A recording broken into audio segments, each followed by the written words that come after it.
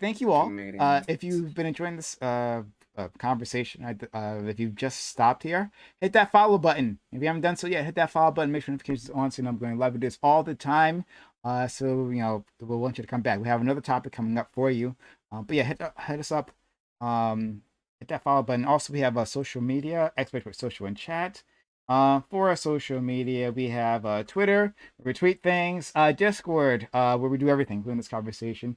All of our conversations, online, offline, happen on Discord. Once you be a part of that, jump to Discord, TikTok, and YouTube is where you find the VODs. Like, comment, and subscribe. Thank you so much. Okay.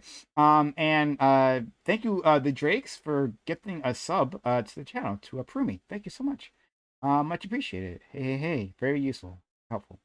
All right, so we're gonna go on to our next topic, and this is the one where We'll all agree. Fanatic will be Sure. even more reasonable than he was previously. This will be him in his max reasonableness, I'm sure. But a high school in Denver is being criticized for showing a video which discourages students to reach out to the police after a racially motivated attack. The video claims that police have a habit of escalating the situation and treating victims like perpetrators, like perpetrators.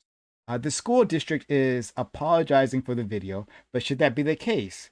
Was the video accurate and the advice warranted, or is this another pointless attempt to divide a community?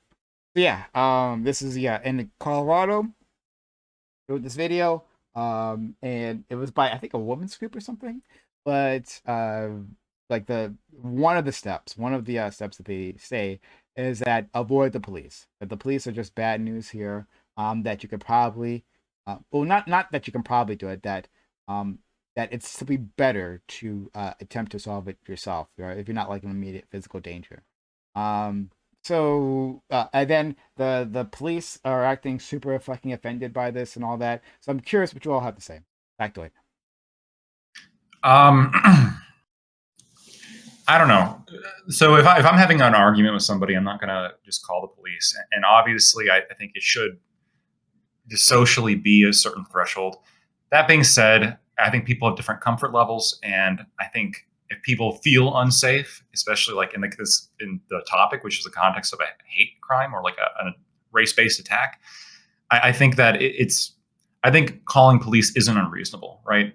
I think what this is, you have elements of America that are claiming police are the problem, that police are racist demagogues. And I think when you have this narrative, it's not unexpected that media and educators are going to push that narrative as well. Police are not perfect and their issues should be criticized, but I don't want people discouraged from calling the police if an actual crime occurred or if they're feeling genuinely unsafe. I think a strong relationship between a community and the police is critical for a safe community. The issue with police is the laws that they're enforcing, such as the war on drugs. I think those laws are what create the problem and what make the police behave the way that they do.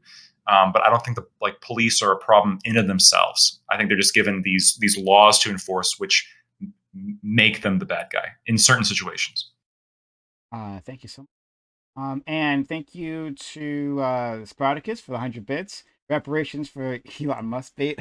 Thank you so much. And Lilo Kai for 100 bits, and Anonymous Cheer for 600 bits. We're a level 1 hype train because all those people, 43% dense, 57% left.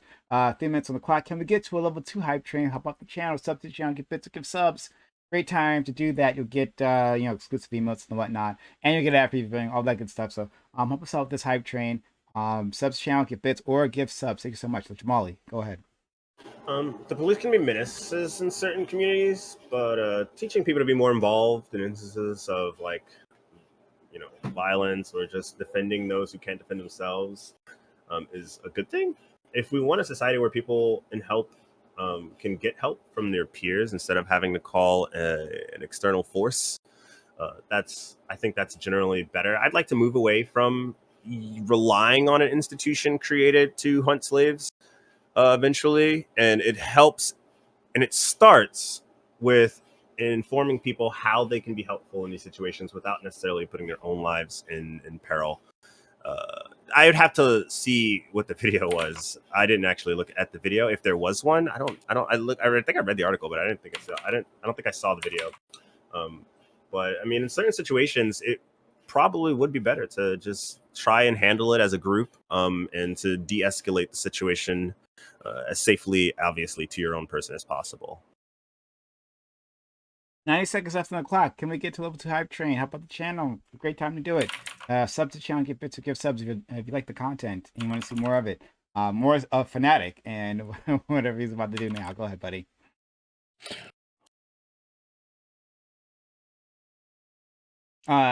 You're muted. And thank you for the 500 bits, Katie. And she said, she says, Fanatic better prove. Katie says, Fanatic better prove that there's a direct connection between black people dying because of police, not a relation. I fucking direct, proven one. That's what she said, not me. That's crazy. That's spoken like a person that truly doesn't understand arguments or understand how to debate. What I would say is that we obviously have seen historically how many different examples there are of like police in various situations actually escalating crime. And so what the video said, which I think is well founded, is that when there's like there are recipients of like hate crimes, that sometimes you might actually escalate the situation by having the police get involved. And so if the person who's the recipient of a hate crime hasn't asked for the police to be involved, that you can you should probably not, or maybe not probably not, you have to consider the fact that you could be causing even more problems for that person. And I think that's well founded. We've done God knows how many different pattern and practice investigations that have clearly detailed that police can be really, really racist, and they do have really, really harmful views towards minorities. And because of that, in response, in plenty of situations, they are going to do things. For example, there's a guy, and I don't have to go into any examples. We'll do that in the open. So I think taking into the consideration the desires of the person who is the victim of a crime and whether or not they want it reported to the police, I think is very well founded. I don't see a problem with what that video was saying. All right. Thank you, Lila Water Kai, for gifting us sub, Chastity Philly. And thank you, Remy, for the 1,000 bits. Much appreciated. Helping us save from the hype train. Getting us to level 2 hype train % done. 92% left. 4 minutes on the clock. Can we get to level 3 hype train? Guys, if you like this content, right? Want more of it, then help us out. It's a great time to do so. Sub to the channel, just $5, or resub, or gift the sub, or get bits. All that stuff adds up and moves that hype train along. So help us get to a level 3 hype train. We're moving along. Thank you so much for the people who've been helping out. All right, including Spartacus. Spartacus, please go ahead. So oddly enough, I don't find a lot wrong with that video. I think the police can over-escalate issues. It happens with race. It happens with gender. It happens when police are called. They're there to try to find someone who did something wrong. And that is their intention when they show up, is to try to find someone who did something wrong. The police have, with the community, have a very out to get you feel. This is from a lot of things such as speed traps to the way they investigate crimes when they show up, or simply showing up to try and help somebody else, and then all of a sudden someone's getting cuffs on because they saw something while they were there. So there's a very out to get you feel by the police, and so I don't necessarily disagree with the video. I think the police needs to change to be more helpful, to follow more the protect and serve model. But yeah, it can be anything from race to like a domestic violence. The man, even if he wasn't the agitator during a domestic violence call, is more likely to be removed from the house than the woman. So there's many different scenarios. Obviously, race is the most prevalent one. But there's many different scenarios as to why it might be better off to not call the police and to try and handle it yourself, and in between two different people, and try to handle that disagreement yourself before calling the police.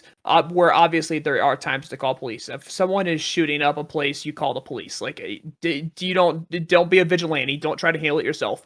But there are like very small things that the police don't need to be called. It's just going to escalate the situation, and someone's going to end up in a far worse position than they would have if it was just settled without the police being there. And we have 2 minutes on that clock, 20% done. Thank you, Scott, for resubbing for 17 months. We're moving along. Can we make it to a level 3 hype train? 80% left. Sub to the channel, give bits or give subs. It would help us out a ton. If you like what we're doing, like all the things that we're up to, support this channel. All right, Isle? Okay, so when I saw the topic, I decided to do my homework on it. I did some digging around, and I looked at the video in question, and it's called 6 tips. No, it's called "Don't Be a Bystander: 6 Tips for Responding to Racist Attacks." And I'll just go through the steps because I wrote it down in my notes. Step 1: be more than a bystander. Step 2: document the incident. Step 3: support the victim by sticking around. Step 4, which is the one in contention, is avoid the police.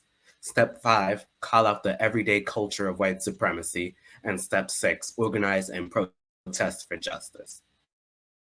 If this is going to be like your back to school orientation for Denver, it's a public school. You can see why this is kind of concerning because he's cutting out for me. Yeah, you're cutting out.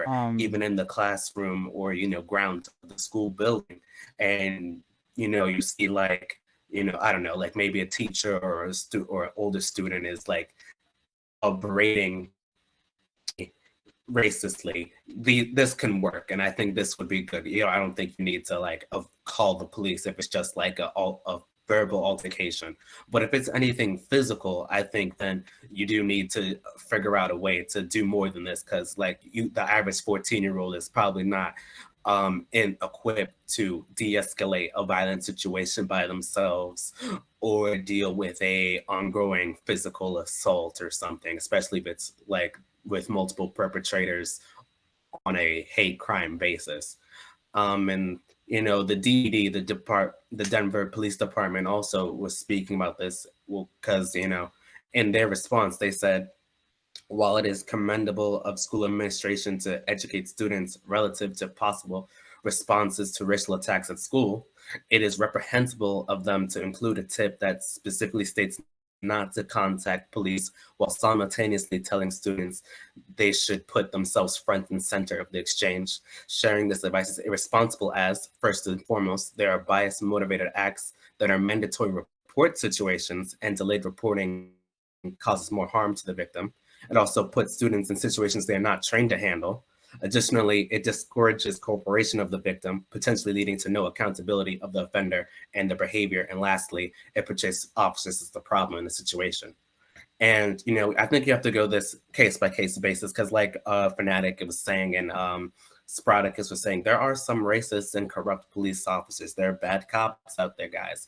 And so if the police in the school's area that are running the beat are like racist or they're sexist or transphobic or something, and like the teachers and the staff administrators have like that trepidation, I think that is something that should be made known to the student body, because I think that's a matter of safety.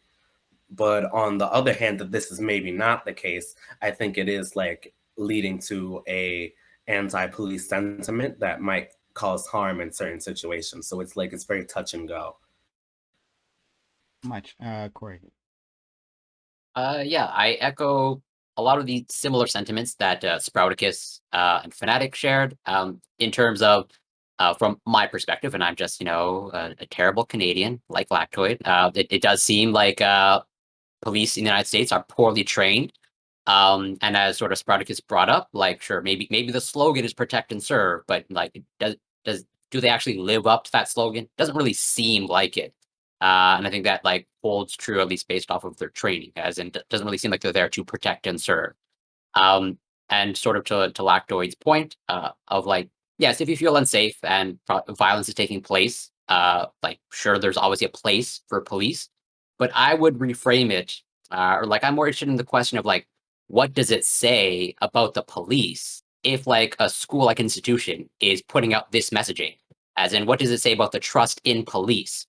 If like this is the messaging that they want to convey. I think it's fair to say that amongst some communities, police as an institution has like lost trust in some communities, and they have to regain that trust.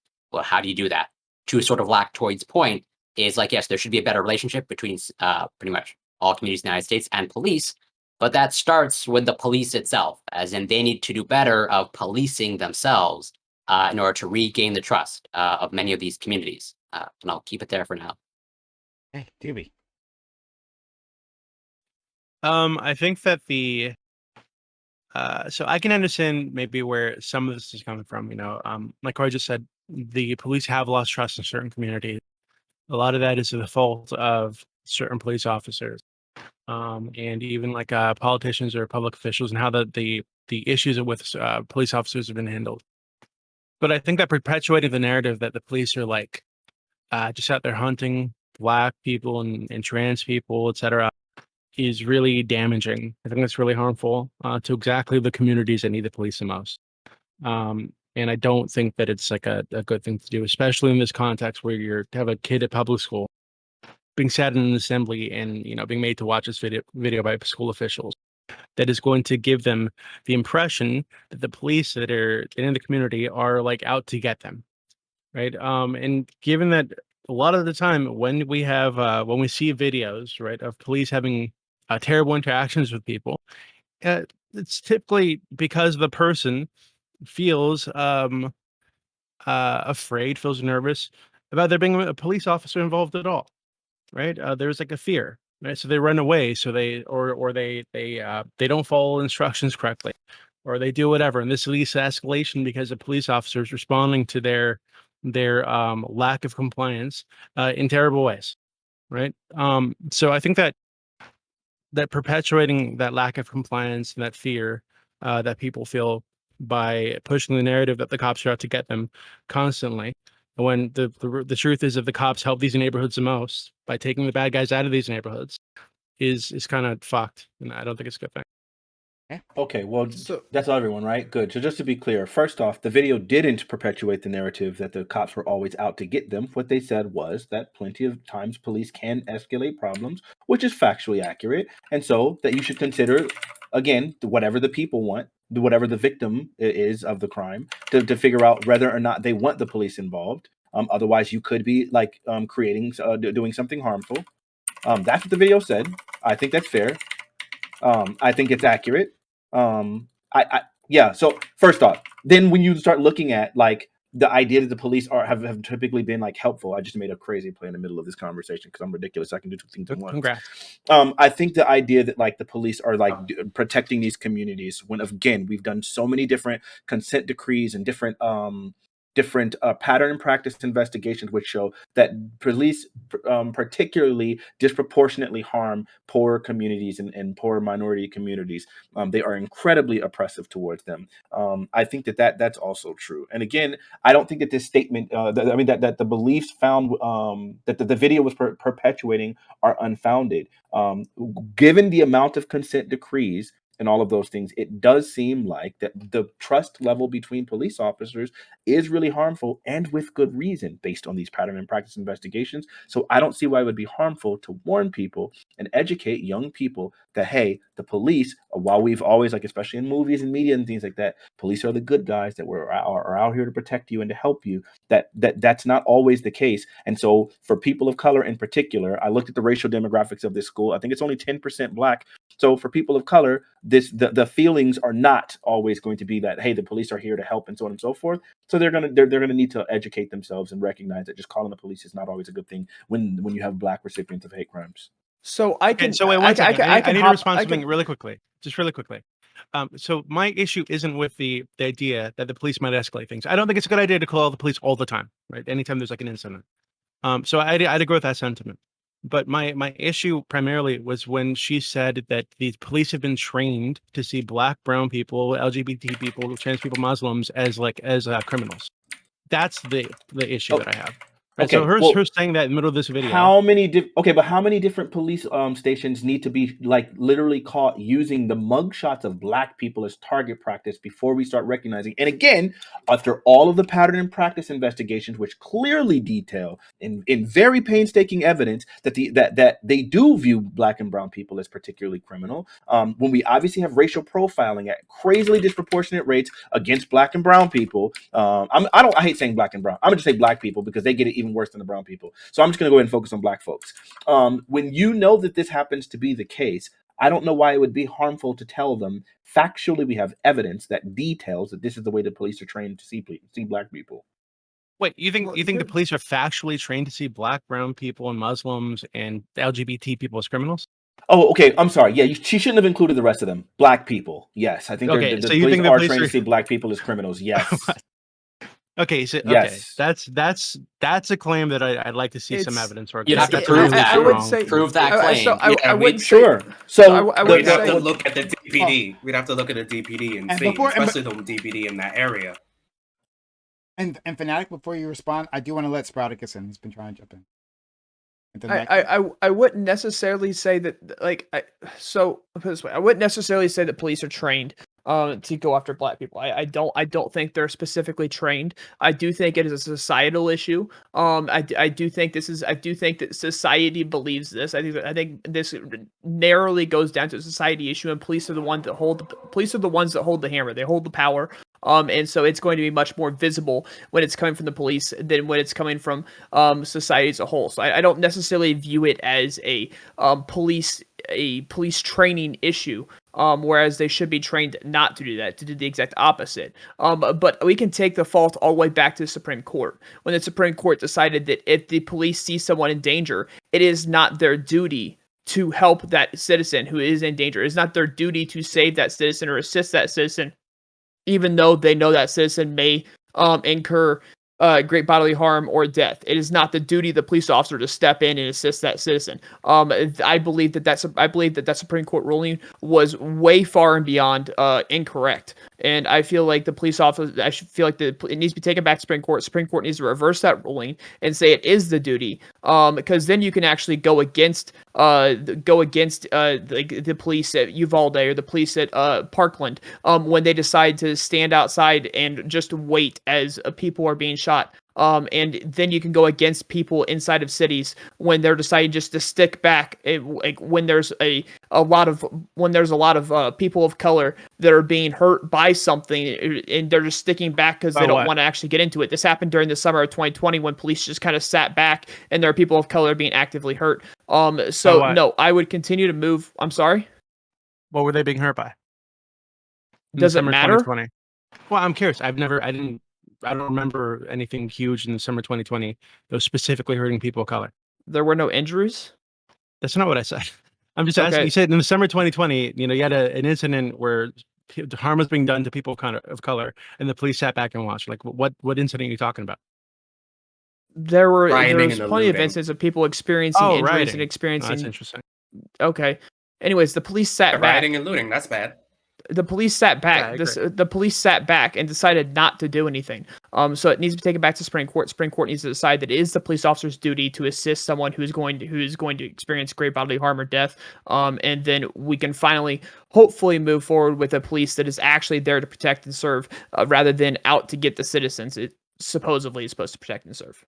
Well, so it's really interesting because while I get that you don't think that that's what the police were supposed to be doing, according to the Department of Justice reports that was carried out during a bipartisan party, by two different parties, right? Like it started, I think, during Obama's presidency and then concluded during Trump's. Both things working together in tandem, they found that the Chicago Police Department did have specific racial views and did specifically racialize a lot of their policies and their conduct in order to harm, people of color. They mentioned other things too. There were other problems with gender and national origin and so on and so forth. Then you couple that with like reports by the actual FBI in which they point out,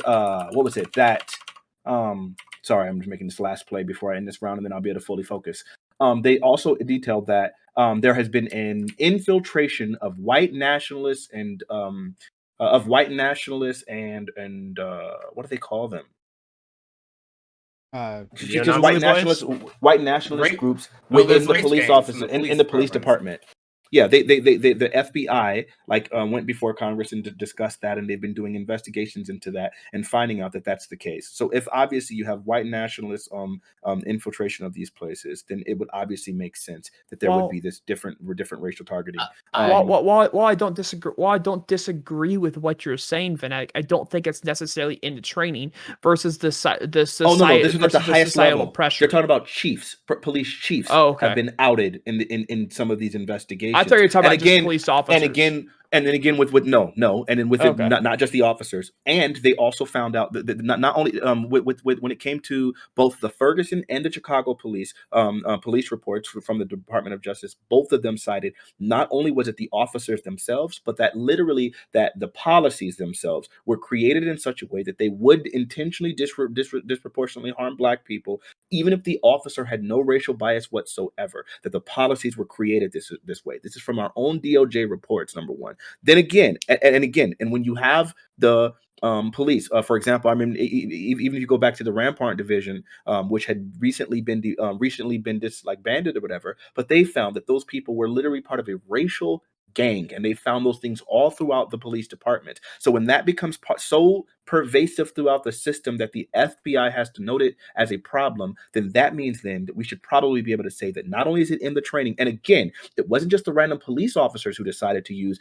Black people as their target practice for the officers. That had to have come down from the higher ups. They're the ones that were able to institute those things. So again, this isn't just something where you can say, oh, it's just a problem of a few bad apples. It is literally ingrained inside of the policy of the institution and some of the leaderships of the institution and literally the inception of the institution. So yes, police are trained to harm Black people. I think it is a well-founded fact that we can say that. And so I think the idea that these people would say that, hey, this is what's happening, and educating educating their population, educating those students to the fact that police have been historically known to do this all around the freaking country, so that you should be aware before you decide to make this decision in ignorance, thinking, hey, the people that have always been painted as your heroes are not the heroes that they're cracked out to be. I think that makes all the sense in the world, and I think it's well founded. Let's let in Lactoid, and then I think Corey wants to jump. Okay, so a couple things here. Isle said something that I want to echo for my point, because as he was going through the 6 points, the fifth point is call out the everyday culture of white supremacy. And I'll be honest with you, this video definitely does appear to have a political leaning, right? A pretty strong political slant. And I'm concerned that, especially when I'm reading here that the United States has had like a long history of violence against people of color, disabled people, Muslims, immigrants, and LGBTQ people. And it goes on to say, this is from the Bernard Center, which posted this video. In the current political moment, white supremacists and white nationalists have been emboldened. I think that this is definitely focused on a very particular angle, right? One of the things that's left out here is that the gap in policing between men and women is far greater than any of the things that they mention, right? It's far greater than any of the things that they mention. And that's something that for some reason just isn't relevant to bring up for some reason. I wonder why. Well, no, the video doesn't bring it up though. But I wonder why, right? I mean, if this is the most pervasive difference between identity groups, why isn't that something they bring up? It seems to me that this video is attempting to craft a narrative, and it's a narrative that I don't think is particularly helpful. There are studies, and there's probably going to be studies that I don't want this to become a war of the studies, because it's going to get very academic really quick. And maybe we'll have to start posting studies afterward. But there are studies that demonstrate that police officers do have a negative correlation with crime, which means that the more police officers you have, the lower crime rates you have, generally speaking, depending on what you're having the police doing, such as patrols or high stakes operations or traffic stops, things along these lines. There's also evidence to suggest that once you control for the difference of crime rates between different races, the disproportionate violence from police officers upon Black people disappears. Now, that point is going to be the most, I'm assuming, the most hotly contested. But I understand. I've got a lot of data to suggest that, and I know that there is data to suggest that obviously Black people are disproportionately killed and attacked by police officers. But the step that's never made is comparing that to the underlying crime rates, and then analyzing that as compared to police interactions, because of course let's not use killed, because obviously that gets way more muddled. But although you could probably find studies suggest that too as well. But let's talk about the fact that police officers escalate brutality specifically against Black people. Because once you get rid of that kill thing and you go off of the police's own data reports, we find that police are more likely to brutalize Black people, even though Black people are less likely to resist arrest. We find that police officers are more likely to search the cars of Black people, even though they're more likely to find paraphernalia for drugs and weapons in the cars of white people. So we find all of these anti-corollary effects where police are still scrutinizing and more likely to harm Black people than they are to than they are to white people, despite no data to actually suggest that they need to do so.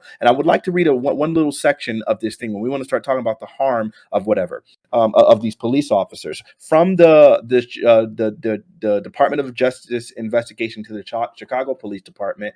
That one, they said, in some instance, CPD will attempt to glean information about gang activity or other crime by arresting or detaining individuals and refusing to release the individuals until he provides that information.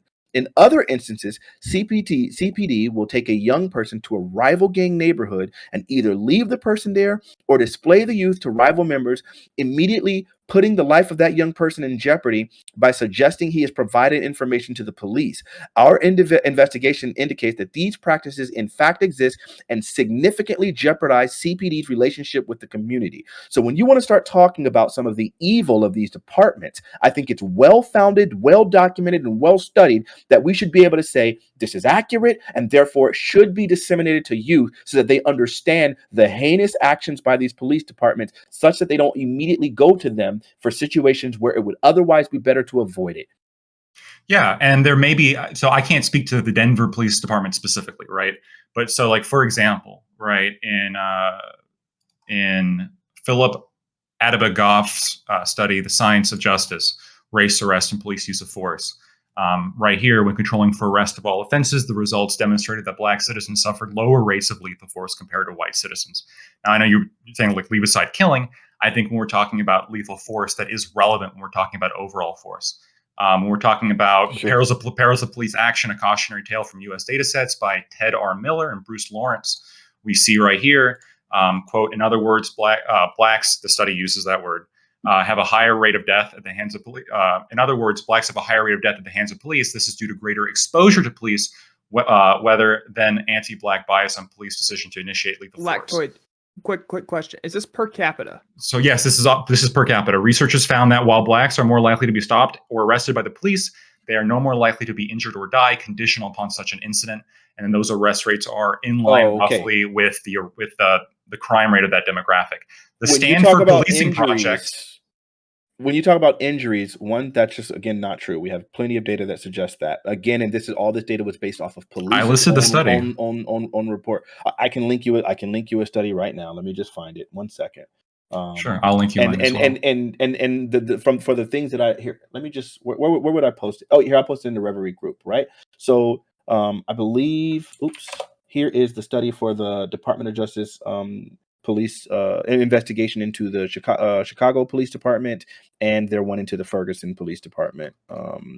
Both of these, here's one. Right, and there could be specific police departments that demonstrate this. These studies are on an aggregate level of the nation. Sure. So then do we need to go ahead and just release, do we need to focus on the fact that the FBI themselves said that, like, throughout the country that there has been a problem of infiltration of white nationalists into police departments? Do we have to look into, like, literally how many close to $1 billion in settlements happen from police officers' violation of people's civil rights? Do we have to look into so like the data is there also. And again, if we start looking at large aggregate data, we do find that police are more likely to brutalize Black people, even when though they resist arrest less, right? So obviously, it seems like there's plenty of it. There are plenty of studies that clearly detail. And again, if you want to just go to killing, you can choose to do that. But that's not just, I tend to focus on brutalization because that's where most of the studies are. Right. Because when you start getting into killing, it gets way more selective. The sample size greatly decreases. And then you also have some justified killings and things like that, where it's going to be whatever. But when you go to brutalization, that information is again collected from the police's own reports and finds still that insane, unfounded disparity. So I don't know.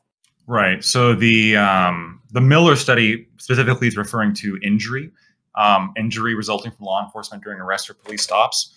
It's Goff is that specifically referring to the when accounting for violent crime specifically. There is a lower rate, all offenses. There's a lower rate of lethal force compared to white citizens. The Miller studies demonstrating a lower level of injuries, and this is why I'm saying like there may be contradicting studies here. I don't know what it means when the FBI is saying there's like infiltration of white supremacists.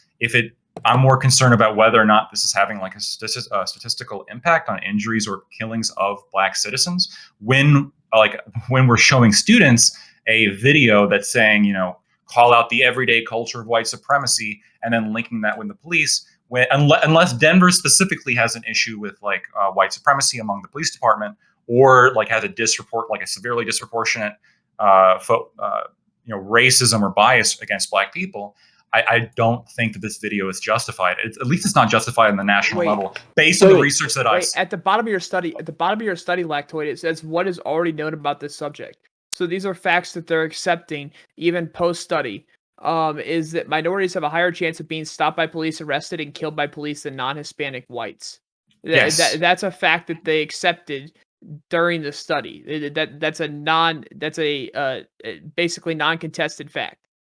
Right, I agree to all of those. Right, but that is true. In the context of the DPD in Denver, like we have to think about what is it saying in Denver, because this is a event that was posted by a Denver public school attacking the Denver Police Department. So we might see that the Denver Police Department is corrupt because, you know, maybe there are administrators there at the school that actually see racist, like bad, you know, corrupt cops around the neighborhood. That might be true, but that also might not be true. And so I think we should also talk about, is it prudent to expect like high school underclassmen, like freshmen and sophomores, to be up front on the front lines if they receive like a racist attack? Like, sure, we can go there. I just want to, maybe, but if there's an racial assault, maybe they should like know that they should let someone else like the police handle it. I don't think they should be the ones like being pushed to the front lines if there's like a serious crime going on.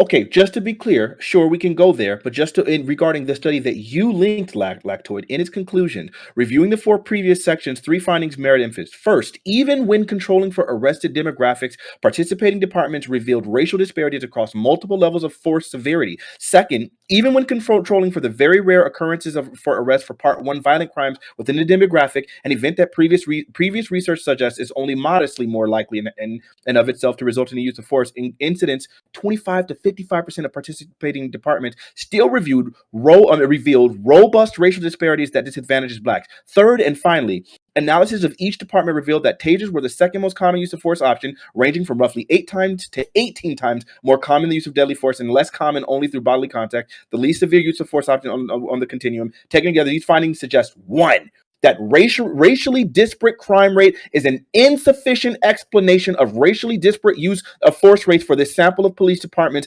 given that these departments range widely in size and represent urban cities, suburban counties, and transportation police in geographically diverse jurisdictions. The results are suggestive that these findings may generalize beyond the sample. So it seems like even is within this the Goff study or is this the Miller study? This is which one? I don't know. It's the one that you linked. I linked 2 studies. The second one, the one that you posted at 7:35. Gotcha. Okay, so yeah. In your study, it's supporting what I'm talking about. So this is a quote from the Miller study specifically. On average, an estimated 34 people were killed or medically treated for injury by law enforcement per 10,000 stops/arrests. 34 per 10,000.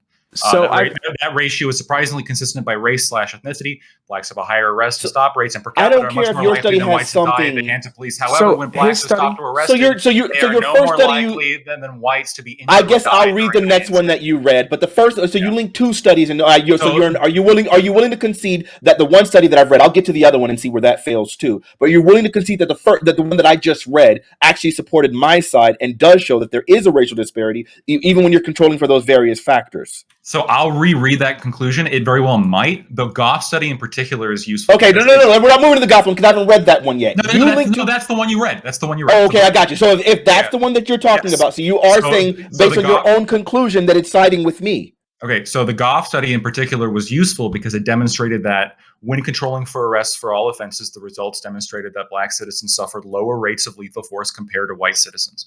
In particular, Black citizens had lower mean rates of lethal force when benchmarking against total arrest, 0.37 versus 0.64. So I don't care about the other part you're reading. I read the conclusion, and the conclusion supported me in your study. The actual data suggests that on a per arrest basis. So then why would their conclusion disagree with you then? Because so can I point this out? It's very factual. It's going to help. Can I point this out, please? Thank you.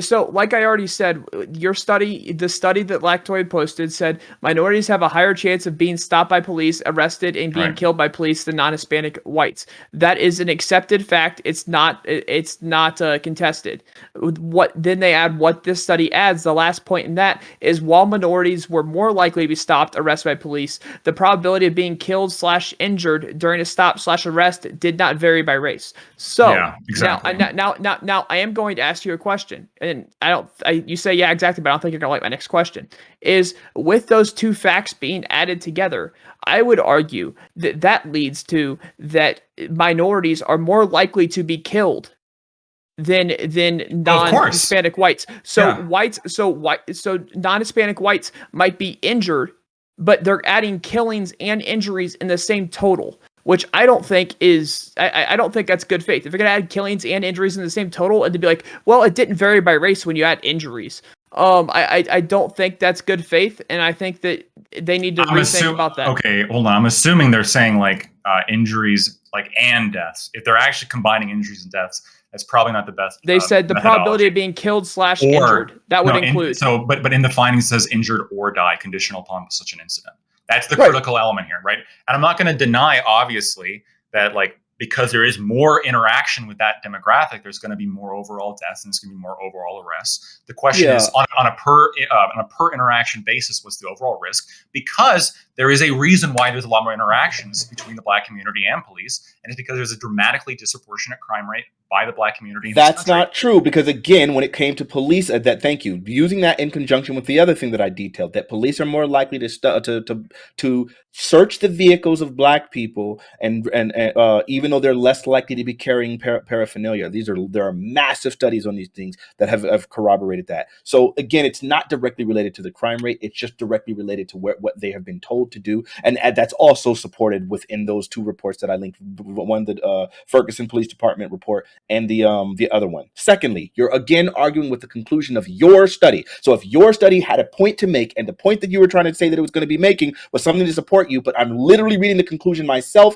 and the conclusion is supporting what I'm talking about, then that means now that your study, that's not a study for you, that's a study for me. And that study for me concluded all the things that I just already stated. So it seems to me, given that the only information that we have to counter this the claims that I was already making, and from that's supported by the study that I'm saying, if the only information we have to counter that are studies that are agreeing with me, I'll go ahead and read the first one. I will. Then it seems to me that we should probably say that it sounds well-founded that these individuals should be able to teach the students that, yes, police are racially biased. That does support what the FBI was talking about already with white nationalist organizations infiltrating them. So it does seem like, we should be wary of calling the police, and that you should understand that victims of hate crimes, which the vast majority of victims of hate crimes are Black people, do have a strained relationship with the police, and police have been trained to escalate specifically against Black people. And so for that reason, it makes all of the sense why you would be cautious. So I would read the other study. Like I said at the beginning, there's a lot of different studies in this, and some of them are very contradictory. The studies have different findings. You linked a couple studies. I linked a couple studies. And one of yours supported me. Right. So the Goff study did indicate support for your position on a couple of them, but not when it comes to the lethality point. The Miller study is entirely on my position. Right, so I encourage you to read that one. Yeah, so if your only thing is on lethality, I don't even need to get into that, because no, it's lethality. Miller's also on injuries, right? And then the Stanford. The very first one you linked, you said what the one that I didn't read yet. You said was about lethality, right? No, that was the Goff study. The Goff study was the second one that I linked. The Goff study was the second one that's the first one that you read. That one was specifically. You can look at the findings of that. I can. Yeah, but that one wasn't just about lethality. That one literally in the beginning of its conclusion, it was specifically talking about, hey, say Right. that lethality is literally the least likely form of arrest, right? It's the least likely form of interaction, and that brutality would be significantly higher. I think they said like 8 to 18 times. So because of that, then like trying to find a study based on just killings, again, the sample size incredibly decreases, as they also confirmed that I knew before I even read the freaking study, and that they do find these racial disparities even when you control for all of the other factors. So yeah, it seems to me, again, I'm not setting the bar at murder. I'm setting the bar at brutalization. I'm setting the bar at unnecessary escalation, which is what was what the video was talking about. Because the video that high school video never mentioned killings. It just said that they have been trained to escalate against minorities and so on and so forth. So if that's the case, it seems like the study that you provided actually detailed and agreed and corroborated with that study. So then if that's the case, and of course the two things that I provided also said that. So it seems like all the studies suggest that what that video stated was true. So I don't see a reason why we would be disagreeing with it. Sure. If you're not referring to lethality, look at Miller then. Miller refers to injuries as well. Okay. I got to let in some other people. Let's go to Corey, then DB. And Jamal and okay, Isle, you want to go, but Jamal, if you have anything. Right, Yeah. I find this all super interesting. Especially like so Fanatic. I totally agree with you with your overall sentiment that there are systemic institutional problems with policing, and I also overall like accept the evidence that you provide, since I've gone over it myself in terms of like, again, backing up the claim that there are systemic issues with policing that require radical change. What's again interesting to me, sort of relating it to the first topic, is like, so you said that police are trained to see Black people as criminals. Is that a fair assessment of what you said? I definitely did. Okay, so here's what I mean when say setting up a false threshold of proof when it comes to climate change. As in, like, what if I said to you that in order for it to be proven that police are trained to see Black people as criminals, can you show me that that's in the training manual? Sure. So well, I don't have to show you the actual training manual. Again, what I cited earlier. That's the thing. Well, this is a false threshold of proof. I want to see it, as in this is my barrier. No. Proof. Okay, listen. I don't care about you trying to create this false equivalency. Fact. We saw that they were literally, this came from the higher ups, where they were specifically using the mugshots of Black people as target practice. You don't understand in various police departments. That's enough to say from the higher ups, because that's a model, that's part of their training. That's enough to show that within the training of police officers, which is the claim that I'm making, within the training of police officers, they are doing this. Now, all of your attempts to bring this back to some analogy about your inability to prove anything about the climate change, I'm not interested in debating with you. I'm not going to entertain it any further. Please don't waste your or my time. I'm saying I can make my argument with purchase. I'm saying you can't make yours. That's the end of it. I'm not going to engage with you on that any further. From now on, if you reference that again, I promise you I won't engage. I will disengage from you, ignore you, and move the hell on. Yeah, okay. I just want to highlight sort of, again, you cherry pick a false sort of burden of proof, as in this particular topic, this is my burden of proof. It doesn't meet it. And then when I sort of try to enforce my burden of proof, like, you don't seem to care. That's all sort of okay. I got you. I believe that you believe that. So moving on. Sure. So again, what we were demonstrating is if these studies do suggest these things, right? And again, so it's not just these individual studies. It's not just the ones that Lactoid also provided for me that suggest these things as well. And then of course, if we start looking at it and we are saying that yes, a lot of these things are likely to happen because of arrest, but we're finding, because of more interaction with the police, but we're finding that the interaction with police are not proportional to the amount of crime, specifically when it comes to the searching of vehicles, specifically when it comes to pulling over, and we're finding that these things are not proportional to actual crimes committed, then even still that creates a racial disparity. Because again, if you're going to make the justification that the reason why Black people are dying more is because they're interacting with police more, and the reason why police are interacting with them more is because of higher crime rates, well then specifically you would have to find more traffic violations against Black people, which we cannot. Again, the disparity for arrest rates and for pulling over people, obviously they have that humongous study, the largest of its kind, which went across all these various police departments and was like, I think they had over 4 million traffic stops, and they found that Black people were more likely to be arrested by, pulled over by police officers, but that higher likelihood of being pulled over disappeared once you had what they call a veil of darkness during dusk and dawn, when you cannot tell the racial makeup of the individuals because of just the shadow that's provided by dusk and dawn. So if we know that, then that means that they are just racially profiling and pulling over Black people unfairly, and then using that. If they're doing so, then we're able to find out that this unfair practice is leading to the murder of Black people, because the study that you provided suggests that the reason why the murder rate is so high is because they're having more interactions. So if they have an unjust reason for interacting, I'm just laying it out as succinctly as possible. If they have an unjust reason for interacting, then it still boils down to unfairness. Just for transparency, Let's can I go. get the can you post the mugshot study just for transparency? Sure. It was just the 3 different police departments were found to have done it, but I'll find it 1 second. Okay, appreciate it. Let's go to Doobie, please. So I'm kind of curious as to what you guys think the conclusion is, right? So let's say there is a hate crime, because this is dealing with hate crimes, right? You've witnessed an assault, a hate crime. The victim does not want to call the police. Do you just let the criminal go? You let them walk away?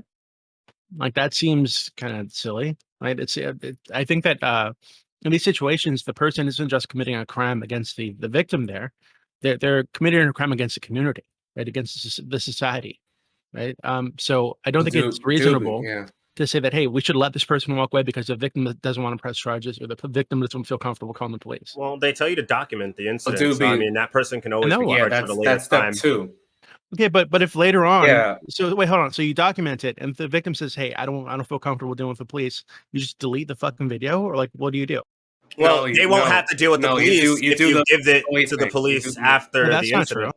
Hold on. If they arrest a person later, the victim still needs to deal with the police. The victim doesn't just get to wash their hands in the situation. But the situation is different because there's an escalated. There's an escalated situation happening that could result in an immediate reaction from the police that could be negative. Whereas after the situation is dead and done and the situation's gone, there's no reason, or at least less of a reason, for there to be an escalation of violence if the police come to you later to ask questions about an incident.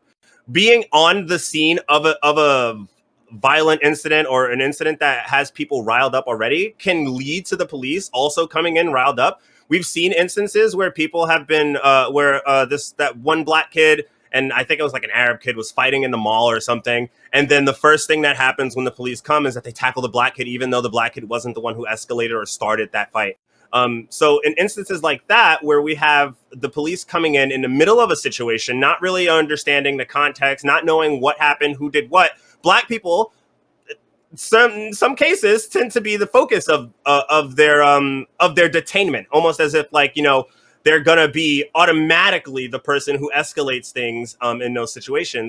Whereas I think it's more reasonable to believe that if the police come to someone after an incident has already happened, everyone's had a day to calm down or whatever, no one's upset, no one's hyperactive, whatever, that there will be a less likely of a chance of the police escalating there, because at this point they're just doing an investigation. They're not just coming to respond. Okay, so if it's a day later, you would say report it to the police, even if the victim doesn't want to be involved with the police.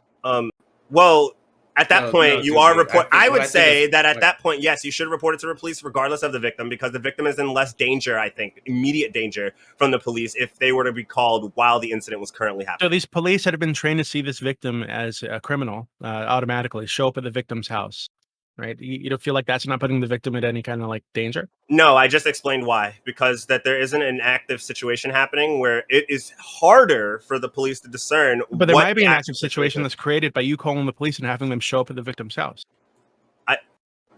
What I'm saying is that I think it's less likely that would happen.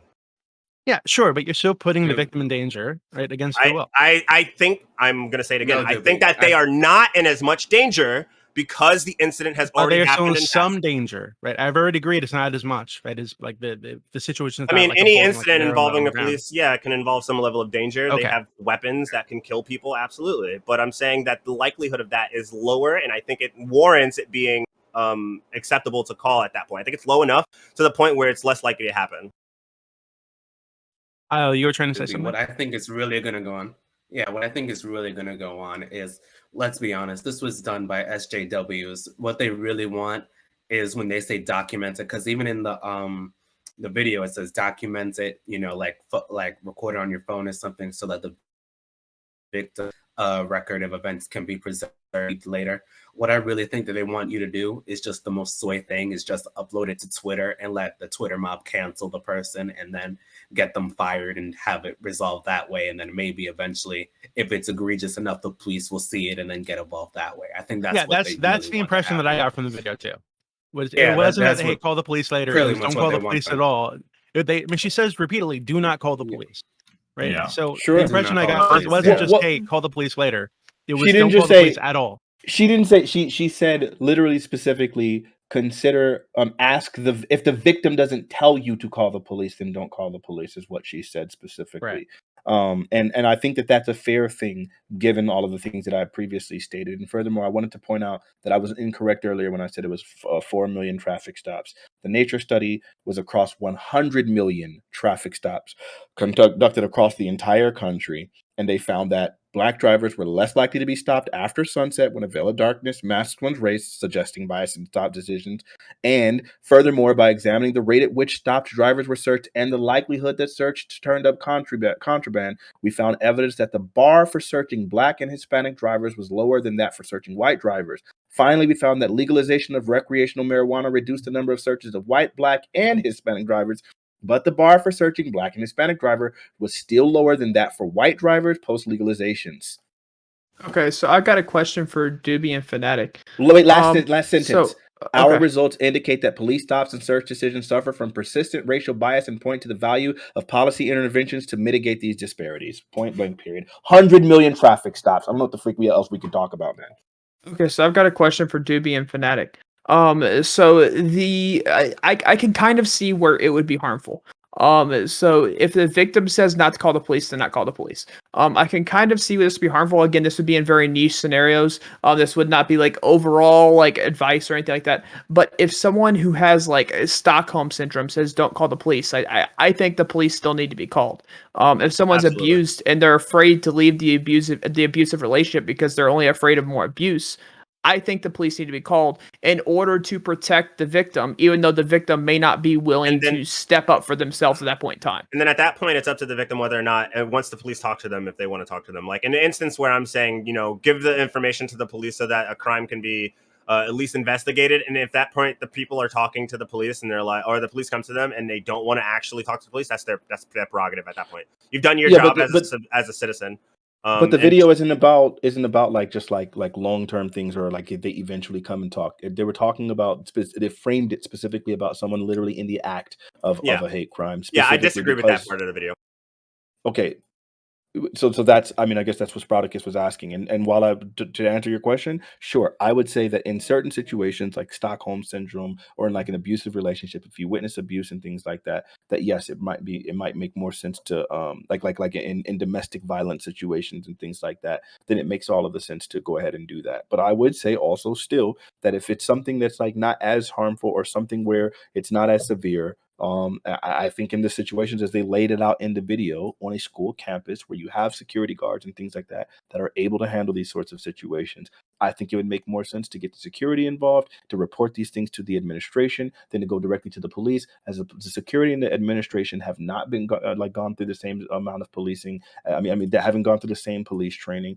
They're not going to respond in the same way. They might still have some racial biases in there, as we do know the prison pipeline. I mean, what do they call it? The school to prison pipeline still does exist, but they're significantly less likely. It's not nearly as pervasive, the racial biases that are present in the policing. So that's why I would say that it makes sense to me. So I all for that. I'm down. I just wanted to bring up that because it was like the very niche scenario, or the very niche scenarios that kind of popped up in my head, to where I think that the victim saying don't call the police and you just going along with what the victim's saying could potentially be harmful to the victim. Oh, sure. So just to sum that up really, really, really quickly, I would say that just this specific school's prescription does not apply to literally every other situation. And you provided like situations outside of the scope of what they were talking about where it wouldn't be applicable. And I agree with you. Yeah, I got the impression that the messaging was like, as Fanatic said, like for a very niche or like pretty narrow range of scenarios. It doesn't apply to like policing at large or like situations, most other situations. And I just want to like sort of zoom out in terms of like bringing back to the original point of like, or at least my original point of like, what did it say about policing that, you know, this messaging like actually occurred? What stood out to me in the article is I think one of the police, I think the police chief said, I think I have a word for it, like, unfortunately, what I saw enhances the divide that we're all trying to bridge. I don't know what type of impact it's going to have, but you can't unring the bell. People can't unsee what was shown. I think there's a larger point there of like, so people can't unsee, even though this happened before George Floyd, but I think George Floyd like rung a bell and that can't be unseen. And so it's like it's on the onus to police to like regain sort of community trust. And that's why I think this messaging is happening, because a certain bell has been rung and they don't want. Yeah, go ahead, I think even prior to George Floyd, if you really look at how Americans felt about police, I think even prior to George Floyd, not necessarily what they were saying, but how each American kind of felt towards police as they're going down the highway and they see a police car. The natural reaction is, oh shit, and slam on your fucking brakes because you have no idea how fast you're going. Are you speeding? Oh yes, I'm definitely speeding. That's your fucking problem. But here's the thing. Like I'm being safe. I was in the left lane. Most of the cars in the left lane were going round. Most of the cars in the left lane were going round about the same speed I was. There was not like an immediate danger to what was happening. And I can only imagine that if I wasn't white, that I would have felt much more like afraid of the police officer pulling me over just because of what has been going on in the United States. But I think even the general American is like, oh shit, the police officer's out to get me, slam my brakes. And I think that needs to change. I think people should be able to pass a police officer and be like, even if the police officer pulls me over, it's going to be like, hey, slow down. I'm just here trying to help you out. You can end up in a real bad situation real quick. Just keep the speed down and not give you a $200 ticket. So I feel like there's certain parts where police officers could just really just kind of not do speed traps and stuff like that. And I think that would help enormously for the community police relations. Police just need more compassion. They just need to be trained to be more compassionate. In a lot of situations, there are moments where nothing needs to be escalated. And the only reason that it is because someone is behind a badge with his fucking sunglasses, got his aviators on, thinking he's Top Gun. And he literally just wants to sit there and power trip. And we see a lot of videos of this, and it's probably not the overall case that happens because, I mean, maybe it is, because while we see a lot of videos, we don't see a lot. There is a very scary realization when, you know, the things that we're talking about now that are issues have been issues for a really long time. And they've been talked about for a really long time, but we didn't have the proof to prove it.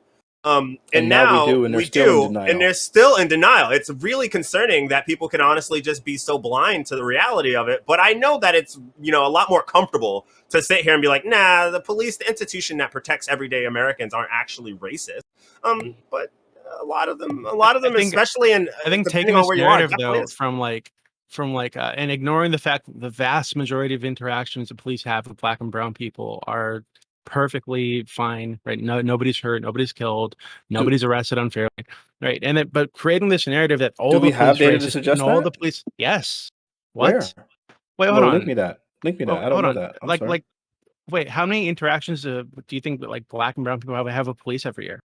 Like it's in the hundreds of millions, right? Yeah, so the vast majority of those are fine. So no. We're calling it fine. Number one is just not true, because again, if you feel already that like they're like harassing you, right? Like even though maybe no injury happens, no ticket is filed or whatever, but when the police decide to stop and frisk you, as they used to do back in the day, that even though no injury was reported, it's still problematic. It still constitutes harassment and a violation of people's civil rights. When, for example, all of my interaction with the police, I don't have a criminal record, but I was still put in the back of those police cars. It still soured my relationship with the police unfairly and unnecessarily, right? So yeah, sure, maybe you might be able to say that there's no injury, but it's not still indicative of harassment and straining the relationship with those police officers. And then also, Lactate, the article that you did earlier, I linked. I mean, the study that you linked earlier, the first one, that one. The whole purpose of that study wasn't even to detail whether or not there were racial disparities within crime. The whole purpose of that study was just to point out the fact that the studies that we're doing now, a lot of the studies had been on killing, and they were saying that there's an underreporting of injuries, because there were 54,300 injuries that you could only collect that information based off of going to like hospitals and things like that. Because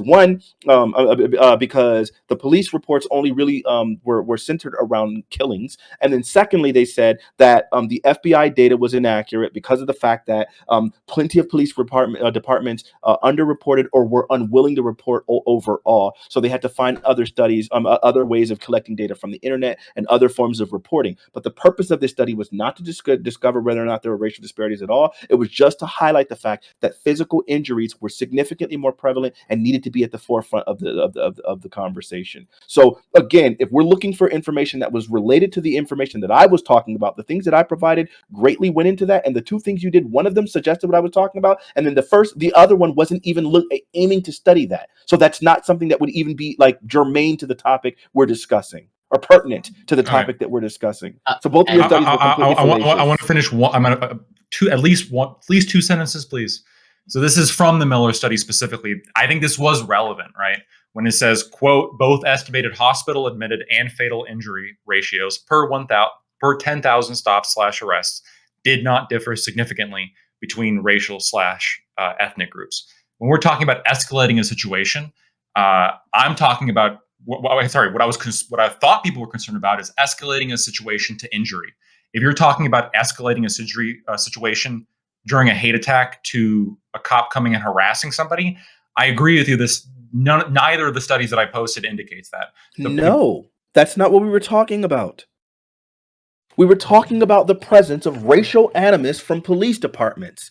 And I was providing you studies to suggest that there was racial animus from police departments that was unfairly attacking Black people. I provided you 2 studies that said so. You said you had studies to the contrary. You provided me 2 studies, neither of which actually said so. One of the studies you provided corroborated what my claim was. The other study that you provided wasn't even addressing what we were talking about, which was racial animus racial bias and animus from police departments towards Black people. So that's not what your studies did at all. Okay, well, the first study, the Goff study, specifically was the point in it that I thought was relevant to this conversation was the fact that the overall fatality rates for police interactions is lower for Black people than it is for white people. That was one of the findings. Hold on. That's not what it says. It doesn't say that. Hold on. That was one of the. I'll look for that specific sentence and copy and paste and send it to you. That was one of the findings of that study that I thought was relevant. The Miller study, I think, is more relevant to my point with the quote that I just read out. If you have this, this fear of the police, this fear that they have this bias when they're showing up to document a hate attack, and you're saying, well, we can't have them come because they're going to escalate the situation because of, white supremacy and a history of racism. We have to every day acknowledge white supremacy. But when this study seems to indicate that when police come, the injury rate isn't significantly different by race, I think that's important when we're talking about whether or not police are a problem when we're calling them to come to the situation of a hate attack. It would be pertinent if that's what this study was studying, but that's not what this study is studying. That was the finding of it. No, this study, the goal of this study, again, I'm sorry, we can just read this. I got you. But if you read it and you found something, you came to an erroneous conclusion like you did on the last one, then let me show you where you did it again. The objective of this study, let's just read it. It's only 2 sentences, or maybe 1. To count and characterize injuries resulting from legal intervention by U.S. law enforcement personnel and injury ratios per 10,000 arrests of police stops, thus expanding discussions of excessive force by police beyond fatalities. The goal of this study was not to find racial disparities. That wasn't even what they were looking for. It was just talking about whether or not there were injuries related to traffic stops. That's what this study was talking about. So if the conversation we're having is about racial disparities within police departments, then we should find studies whose goal were to determine whether or not there were racial disparities within police departments. You didn't give me. That's not what this study is doing. That's not what this study is doing. The studies I provided were, and the other one that you provided also clearly detailed that there were racial disparities within police departments. And if I didn't read these studies myself, I could have just went off the lies you were talking about. That's not the purpose of your study. Dishonest as freak.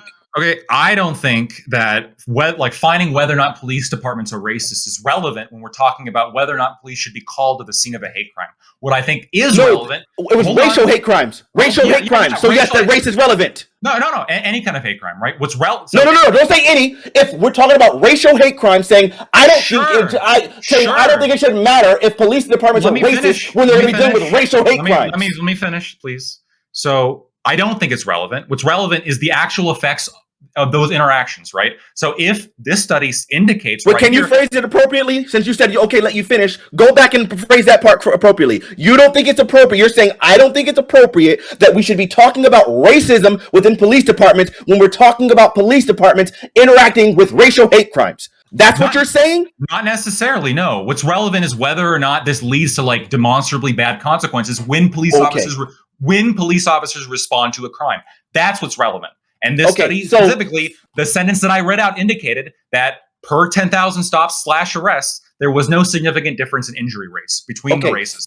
However, there is a massive difference between men and women. Men are twice as likely to be injured than women. That's extraneous to the conversation. It's extraneous. It has nothing to do with anything. So let's moving on. I'll tie it because this fucking video, I think Isle is right. This is like SJW propaganda. That's why they don't bring that up, right? They focus entirely on the racial element, and they didn't. They mentioned everything else. They mentioned race. They mentioned sex. They mentioned gender. They mentioned transness, and so on and so forth. But just to be clear, what Lactate just said to me, and everyone else in the audience heard it, and this is why you can't have conversations with idiots. He literally just said to me that he doesn't think racism is a pertinent factor when you're supposed to be having a person to be an arbiter of a race crime.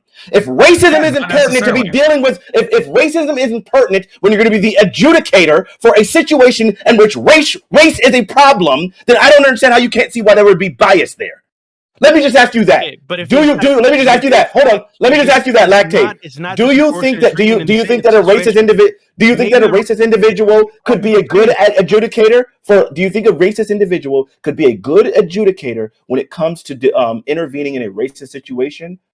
Lactate? Yes, potentially. If they can so police officers, if they can set their personal beliefs aside when they're arriving, they can't do that because they're racist. When they're arriving to the scene, there's plenty of people who don't inject their personal ideology when they're interacting with people. And this study, the Miller study, again, I read out the sentence, seems to indicate that injury rates aren't different.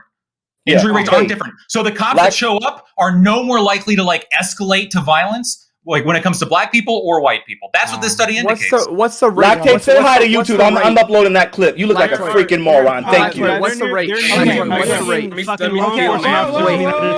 what's the rate? You think are racist? Hey guys, we got 10 people talking. SJW video. No one hears any of you. Okay, right? We had a direct response. We're going to Corey. We're going to go to Isle and then Sproutacus. I think we're overblowing the racism issue in the police force again. You got to keep in mind that there are nearly 1 million sworn law enforcement officers in the United States. What percent of those do we think are racist? Right? It's probably a pretty small percentage, just like it's a pretty small percentage of the general population. So even if there is an issue of racism in the police force, as there is an issue of racism generally in the population, right, in small portions, then yeah, if this is a problem, it seems as a problem. Even with that being the case, if when they show up on the scene, they're no more likely to escalate with black and brown people than they are with white people, then what the fuck does it matter? It seems like it's not that big a deal. First off, literally every pattern and practice investigation into any police department has found racial bias. All of them. So I don't know why we would be assuming that some of them aren't.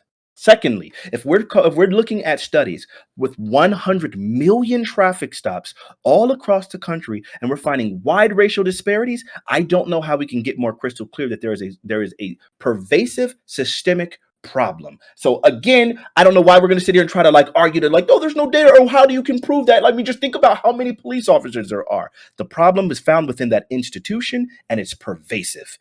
Look at any data and it all suggests that. It sounded like you just said that we should expect or think that all their police officers are racist. No, that's not what I said. I'm sorry. I choose my words very carefully. Okay. What I said is that there is pervasive. Pervasive meaning it is very frequently found. It doesn't mean literally every single one. It just means that it is everywhere. Ubiquitous, if you will, right? the racism within policing is ubiquitous, it is pervasive, it is common, and it is incredibly widespread. I just said a whole bunch of tautologies. I just want to make sure it's crystal clear. Never did I say every single individual officer is racist, but you don't need it to be. If you get to a point where 75% of all officers are racist, that's enough of a problem. If 51%, I'm sorry, if 49% of officers are racist, then it constitutes a big enough of a problem. But what we're finding is every study and every investigation into every police department has found some racial biases within. Okay, so given that this is the case, right? Why do you think it is with such a racist police force that there is no racial disparity in escalation to force? There is, specifically the thing that I cited. Says there isn't. Well, I just read lactoid study, and lactoid study, for first off, the very first, I'm not going to argue that. I already argued through the study thing. Everybody heard me. I'm not going through that same cycle with you. I already argued that. Secondly, if we want to start looking at the other studies, the studies that I suggested, that clearly where their goal was to find if there was racial animus and racial biases and racial injustices within policing, all of them seemed to find that. Lactoid seemed to claim that there was a mismatch in these studies on this subject, but he has yet to provide a single study aimed at finding whether or not there is disparities in biases, racial biases towards people, and he hasn't provided one of them. So again, I provided multiple to the affirmative. Can you provide me a single example of a study whose goal it is to find these things that says that there isn't? No, I didn't think so. I rest my case. Was that Tamir to Lactoid? It's to either of you. This challenge was given at the very beginning of the thing that I specifically said there were plenty of studies, which I have provided, that that corroborate my claim. If you're saying that there's mixed data on this and that there's studies that disagree with my claims, then I'm asking you to find a single study to say so. I wouldn't disagree that there are racial disparities. I just wouldn't call them racist. I think they're probably the result of the differences in the crime rate and where these police. Nope, that's not what my study said. It was from the policies and the intentions of the officers. That's what the studies say. And again, even when you look at the nature study with over 100 over 100. Okay, when we look at the nature study, when it looked at over 100 million traffic stops, and they found that that the studies that the traffic disparities disappeared once you started once you had the veil of darkness where officers could no longer tell if a person was black or white. That means that it's just the intention. And they also found that the bar for searching for black drivers was lower than the bar for white drivers. So if that's the case, then that means that there's still racial biases present within them. And again, I found every study that says this, and I've provided and linked them. Until you can find me a single study that says to the contrary, then I don't think we have anything to argue about. The data's on my side, and the facts are on my side. We'll go to Corey, Al, and then Sprout. I just want to, I guess I'm going to address a question to Doobie, and it might allow you to, I guess, address Fanatic's point. So you mentioned earlier that this narrative is being pushed, sort of that police are like racist or discriminatory, sort of like alluding to like fear mongering. Is that like a correct assessment of like your assessment? Absolutely. So I would say is that I think you're getting the cause and effect a little bit backwards. As in, I would say this narrative exists for a reason. As in, like, since there are multiple studies that Fanatic alluded to, we can get into the nitty-gritty details of what they actually say. But I think overall the sentiment is that like there are systemic and institutional problems like with policing, and there are racist or discriminatory elements to it, and therefore like this, it's not like a narrative that comes out of nowhere. It comes from something that is largely borne out in the evidence. And so like I would say it's on, like you are saying it's sort of like on Fanatic to change that narrative. I would say it's on police to change that narrative, as in like since, as alluded to earlier, of like we have known about this for a long time, but it's only with not the advent, but cell phones have helped in sort of shining light on these issues or really calling attention to it, ringing that bell. Like would you disagree that it's on the police to address that this narrative exists? I think it's on. Yeah, well, I think they are addressing that it exists, but I think it's on both sides of the argument, right? I think that there's a tendency on the I'll just call it the BLM side to exist the problem because it drives clicks, it drives like attention to their movement, etc. which is why after the George Floyd thing, which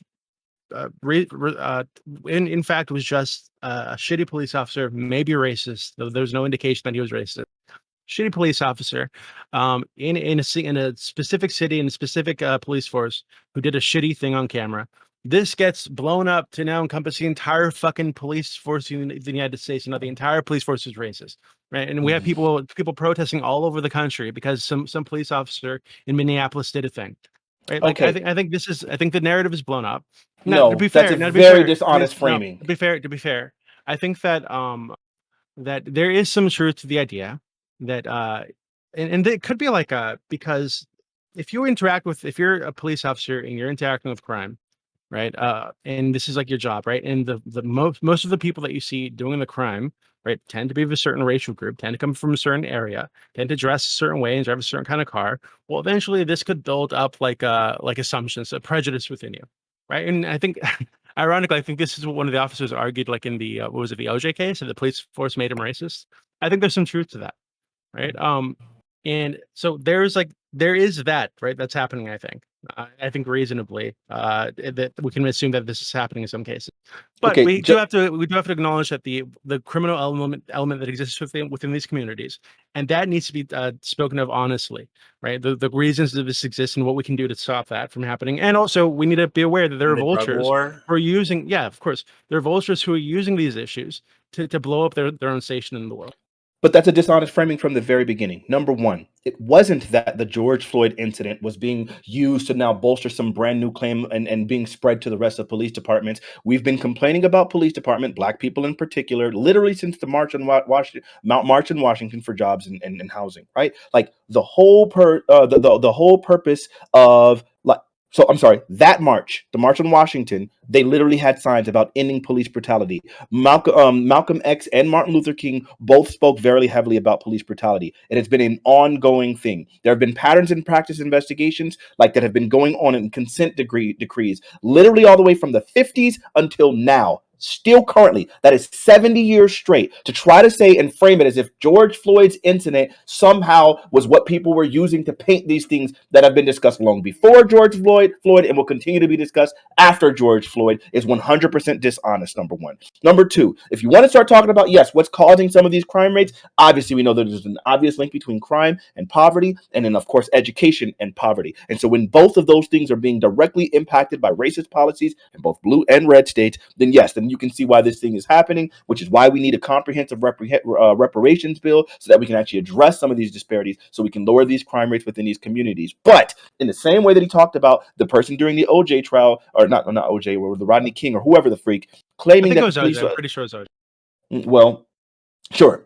Even then, when we look at the people who claim that the police departments make them racist, I think it would make all the sense. You want to start talking about policies that have led to these sorts of outcomes? One of the obvious ones, as I posted links already inside of our chat, would be the examples of different police stations using the mugshots of Black men as target practice. And this has gone on for years. The first article I linked you was in 2015. This went on in 2020 when Boy Scouts discovered it. There were other cases of it happening as well. So we obviously know that. And again, the racial gangs like the Rampart Division, which has been present since the 90s, or the presence of gangs whose job it is to initiate by killing of Black men. That's literally within the police departments. That happened across California. So when we see all of these various problems from all of these different Department of Justice investigations, and we're finding all of these different examples from nature studies and all of these different departments, if we can find such a common element of racial bias within our police officers, I don't know why we would be debating it here. And we obviously know that it's a problem, which is why that video was well founded in educating people to things that we all know. Now, you guys can go into denial. I've provided God knows how many different sources on this topic. You guys have yet to provide me a single piece of evidence.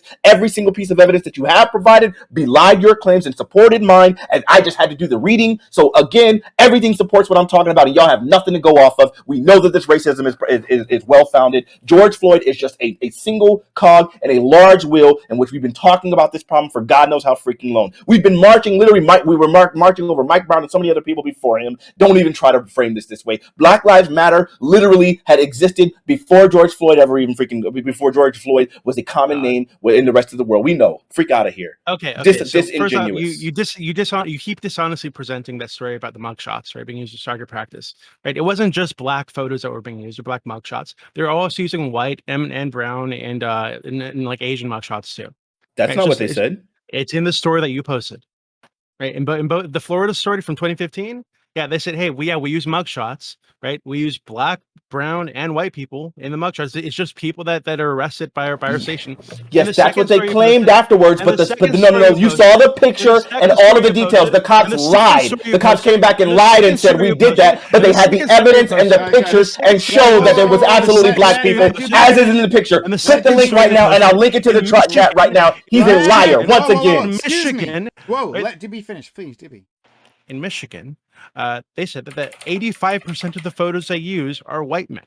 They lied. You're just going to say they lied with no evidence. Well, because the evidence says it. Look at here's the article. I'll post it. I read the article. It's in the fucking article you linked. So the article, the reason why the evidence says it again. So you can sit here and try to say, well, the police chief claimed to have done something different. Then if he was doing something different, why would he lie? I mean, why would he apologize for the fact? Number one. Number two, the Boy Scouts were there, and an entire classroom of people went through there, and they were the ones that discovered that there were only black pictures used. So according to the people who studied this, who caught this, who saw it, only black pictures were used. Now, the police can respond and say, no, we're not only using black people. We're not only doing that. They can claim that, but based on the witness testimony, there were only black pictures present. So just going off of the claims of the racist who was doing it is not going to undo what everyone else saw. So what the Boy Scouts saw were 3 photos, 3 mugshots, right, while they were on tour. They didn't see every fucking mugshot this police station has ever used ever, right? Where the police officer is claiming, or the police chief is claiming, say, hey, yeah, we do use black mugshots sometimes, but we also use white mugshots. In the Florida case from 2015 that you spoke about, they say there, yeah, we do use them, but we also use white people and brown and people. They're lying, because that's why they only saw black ones. There's no evidence. No, just because they have the reason why I would think that is because the people who discovered it saw it. The moment they saw these 3 fucking mugshots, right, on the target range, 3, they only saw black, and all of them were black. They use ever doesn't mean that every time they use mugshots, it's only black people. So in multiple, the time they saw it, those 3 fucking mugshots, it was black people. So in multiple cases, literally the only ones that the people have seen have been black ones. But then the police chief responds and says, we're not only using black ones. But in all of the cases, all of the witness, and all the times where they've exposed them, they've only found black ones. So if we're going to use the word of the individual who is responsible for this disgusting behavior and him just claiming, by the way, we do use them all. It's just unfortunate that they happen to catch when we were only using these ones. Yeah, freak out of here. We all know better. Better.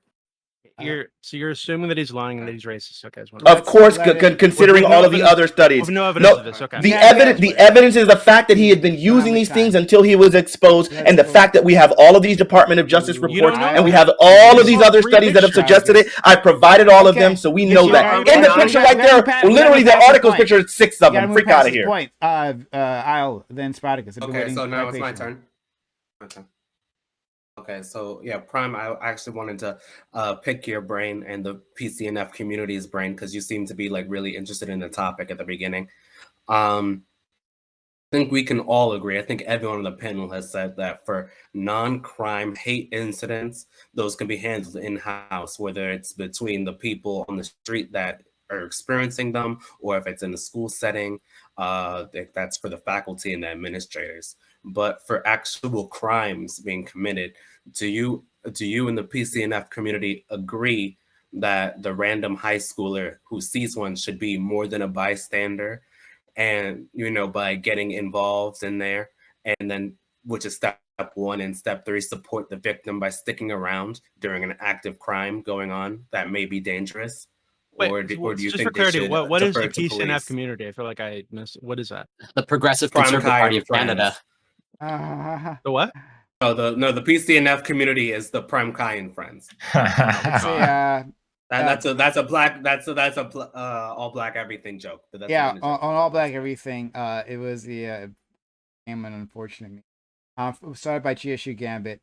Basically to say that people on Twitter, people part of the LGBTQ community, basically all the social justice projects of white liberals, right? All those people, those are PCNF, right? So there you go. An unfortunate recurring meme. Sounds familiar.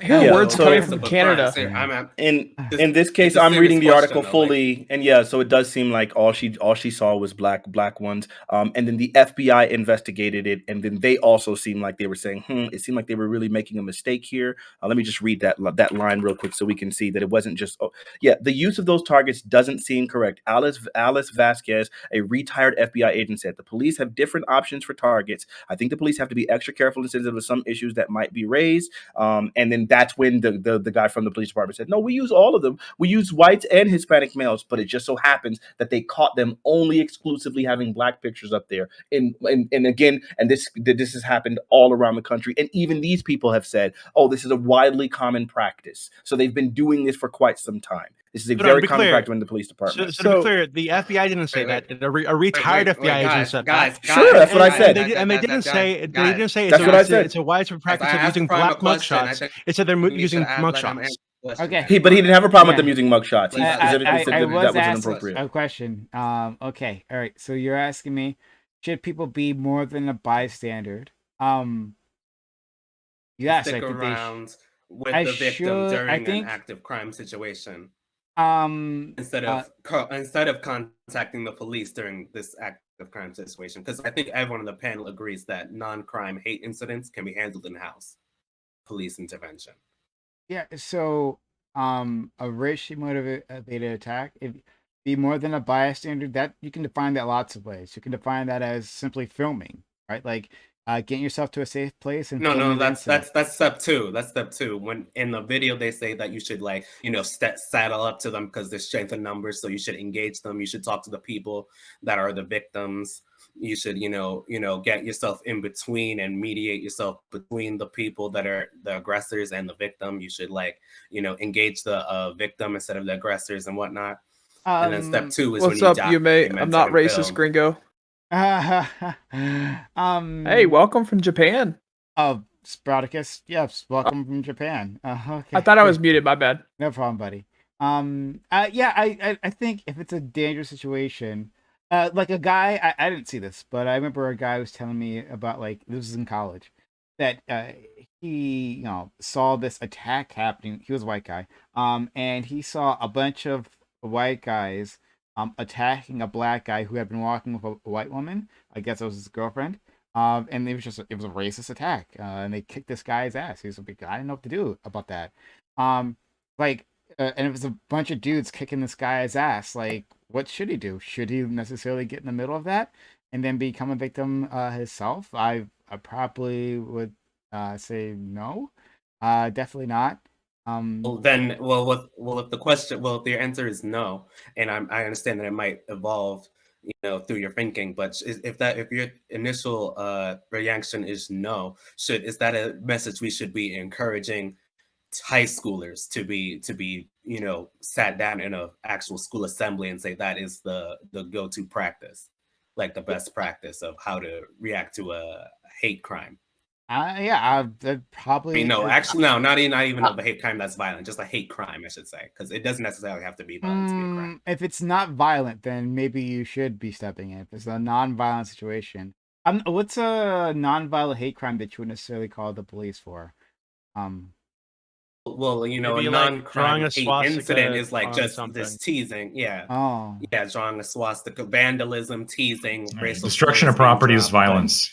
yeah, destruction Sure, of okay, property. Scott. destruction of property. Yeah, It's violence. It's a little bit of just a little bit, but no person is getting physically. Yeah, hurt. but Maybe, if that happened some like at verbal high abuse, school, like but, you probably no would crime. just like tell the principal or something, right? Like and have Yeah, Yeah. that's why I said it should be done in house. But if you see like an actual crime being committed, like a violent crime or something, like where someone is actually in danger, yeah. If it's a We violent would- crime, then should we I have wouldn't high schoolers suggest step in? necessarily people to step in. Yeah. Yeah, I don't. Sorry, okay, Frank.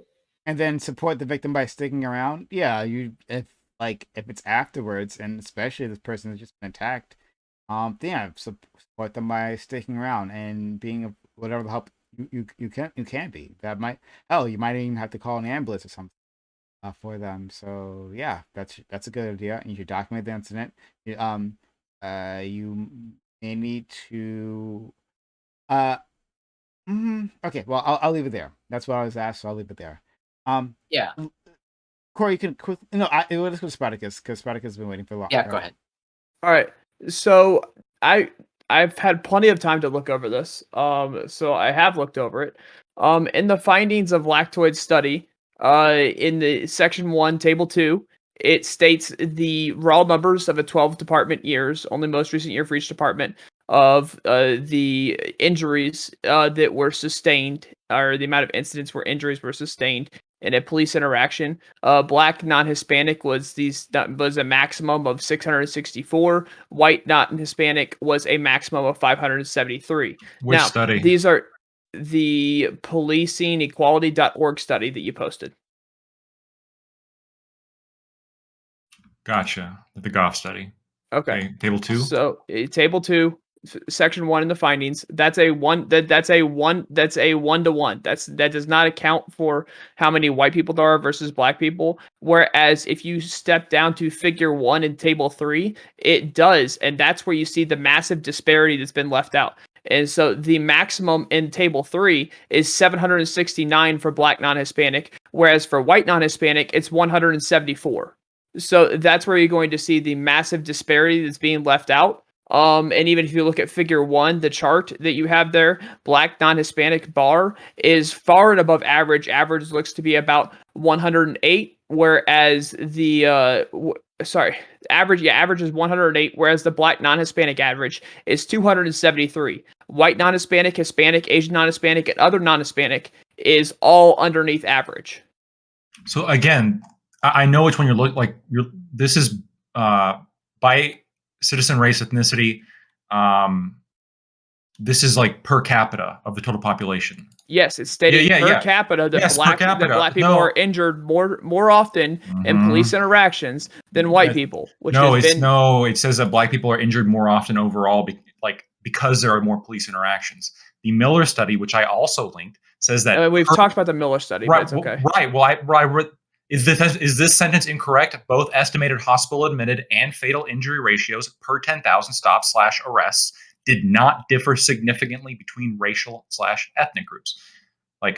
So when you were in contact with a cop, explain to me how both these for the Miller study. Explain to me how both these sentences can be true at the same time. So minorities have a higher. Black people get stopped more. Wait! You never even let me finish.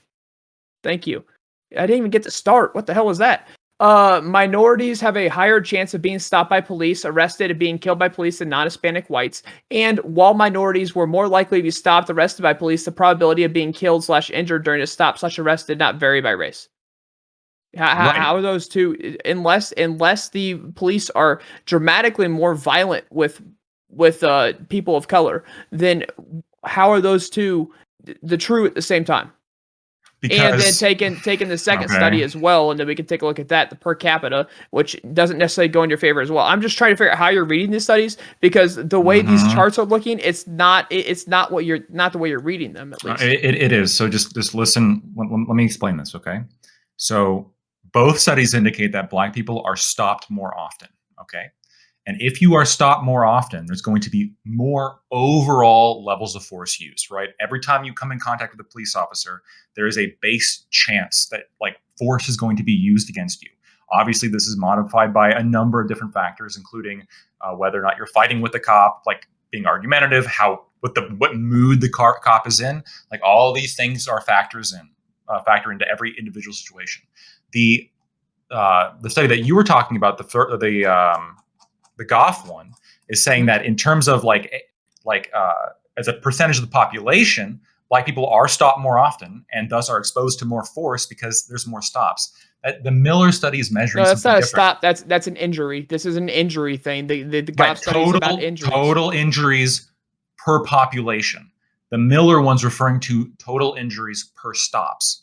Right, that's the difference. Both estimated hospital admitted and fatal injury ratios per 10,000 stops/arrests did not differ significantly between racial/ethnic groups. Okay, so per stops/arrests. I'm gonna give you three statements.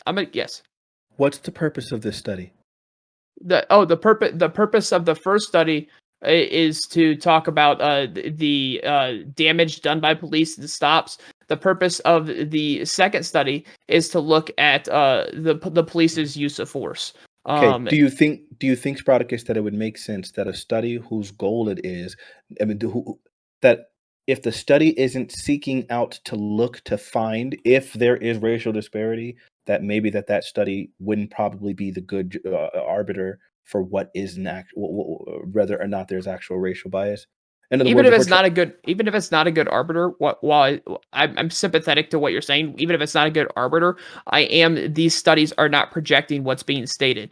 These studies are simply projecting that.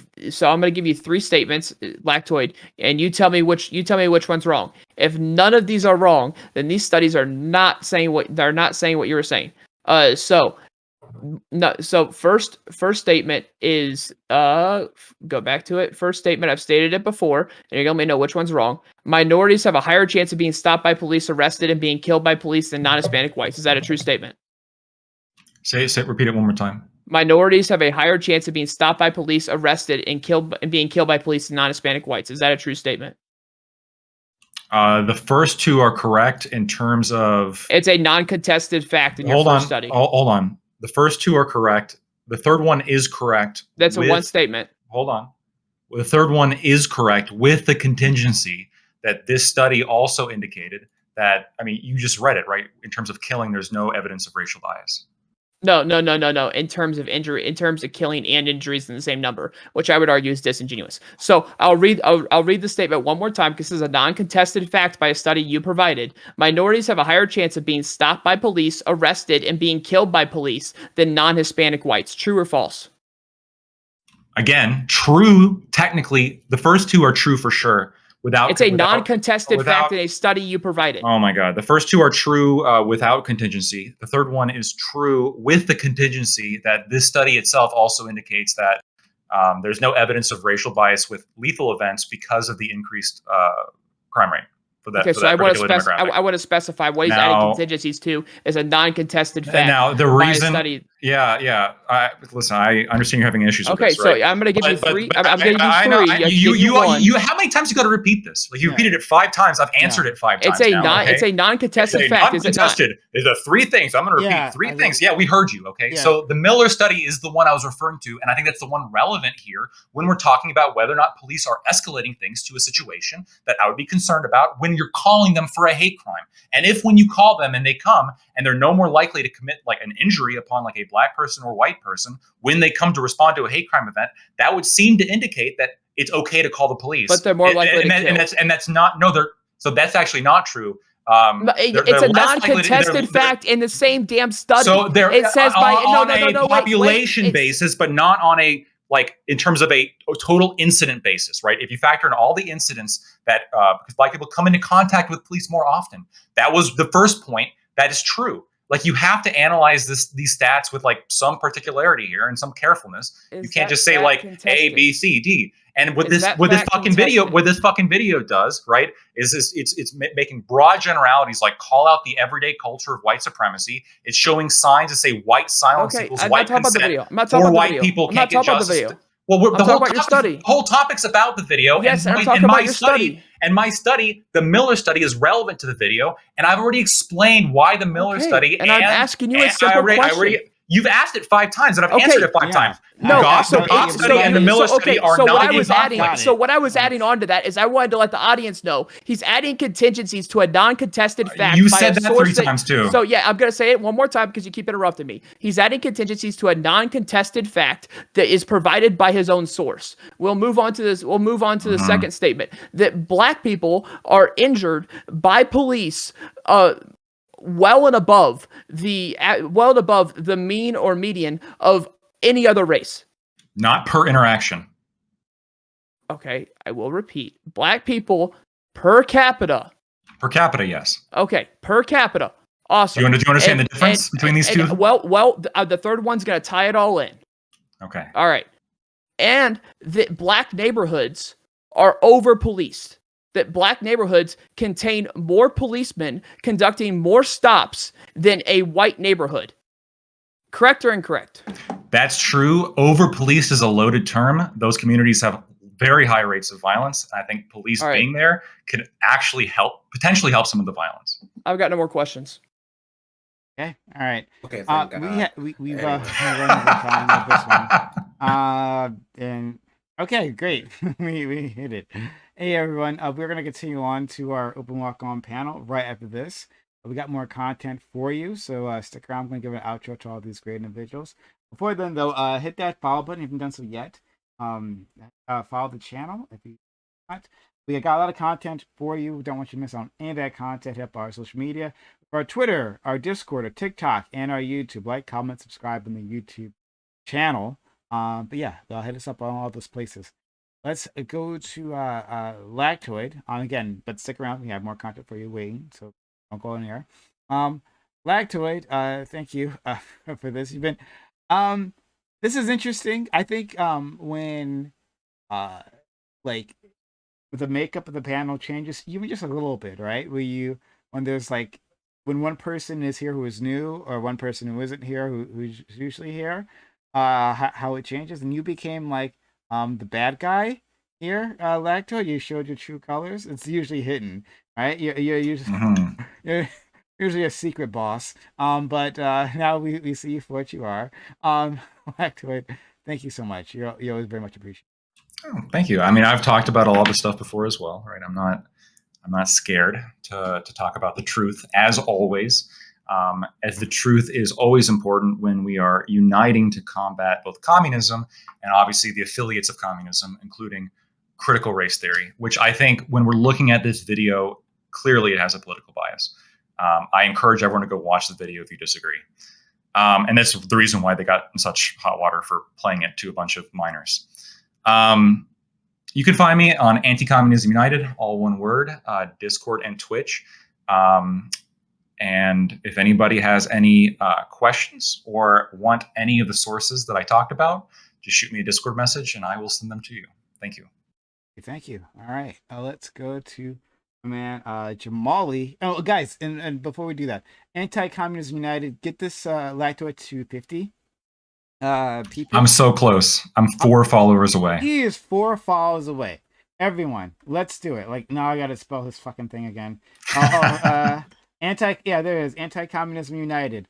He is 4 followers away. Hold on. I'm gonna try to do this. It's tough to do this while I'm live.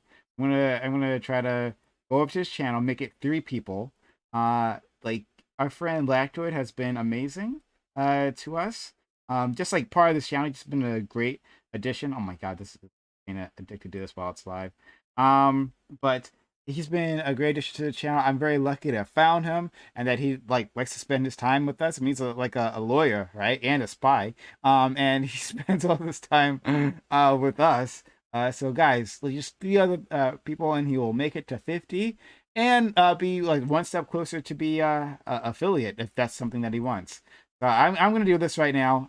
You guys should do it too. All right, let's get to our friend Jamali. Jamali, thank you also for stopping by and being a part of this. Yeah, thanks for having me. Thank you, by the way. Thanks for having me. I'm glad I could show up. I have been having a terrible weekend, but this has been a nice little footnote for the beginning of the week to get me started. I've been trying to be more motivated to do my my own little stuff on the side. But the Jamaliverse Network is going live in just a couple days. September starts the month that we'll be pumping out content, starting with a interview from Kai, and hopefully later on another interview with Stardust. So go and follow, subscribe to that channel, please. That would really, really help. And thank you for having me again. Absolutely. Oh my god. Wait. I'm literally trying to do this live. I've apparently not signed in into my browser, and it's I'm gonna do this. I'm gonna sign up. I'm so close. Let's go to our friend Fanatic. Fanatic, thank you so much for stopping by, for being in here, for being a good sport. I hesitated on that word. Fanatic, thank you. No, seriously, for everything. Yo, I'm the best sport. Yeah, I appreciate the conversation. I think it really does get frustrating to me because like you expect to have like intelligent discourse, and so you're like, okay, good. Like there was a naive person in me that growing up always believed that the reason why people made some of the terrible decisions or like had some really awful viewpoints was because they were just uninformed. And I used to always believe that if you gave them the right information, they would come to the right conclusion, and then you would be able to have like better understanding and a meeting of the minds. What you'll find is that motivated reasoning is real. Just go ahead and Google that so you can understand what exactly the hell you're dealing with. Bias is like the bane of humanity. And when someone has bias, it doesn't matter if they're reading anything that like literally disagrees with them. They'll read something that disagrees with them and then claim it as support. I've experienced this so many times from people. And I think that's what we're witnessing right there. When like, it's like, hey, we're having a conversation about a subject and the person's like, no, I have studies that suggest what I'm saying. And they don't. It's really, really sad. Twitch.tv/Mr. Fanatic. You can find the YouTube Ask Fanatic. Don't worry, I will definitely be including a clip of that of Lactate being a complete moron talking about, yes, a racist individual is a good adjudicator of racial situations.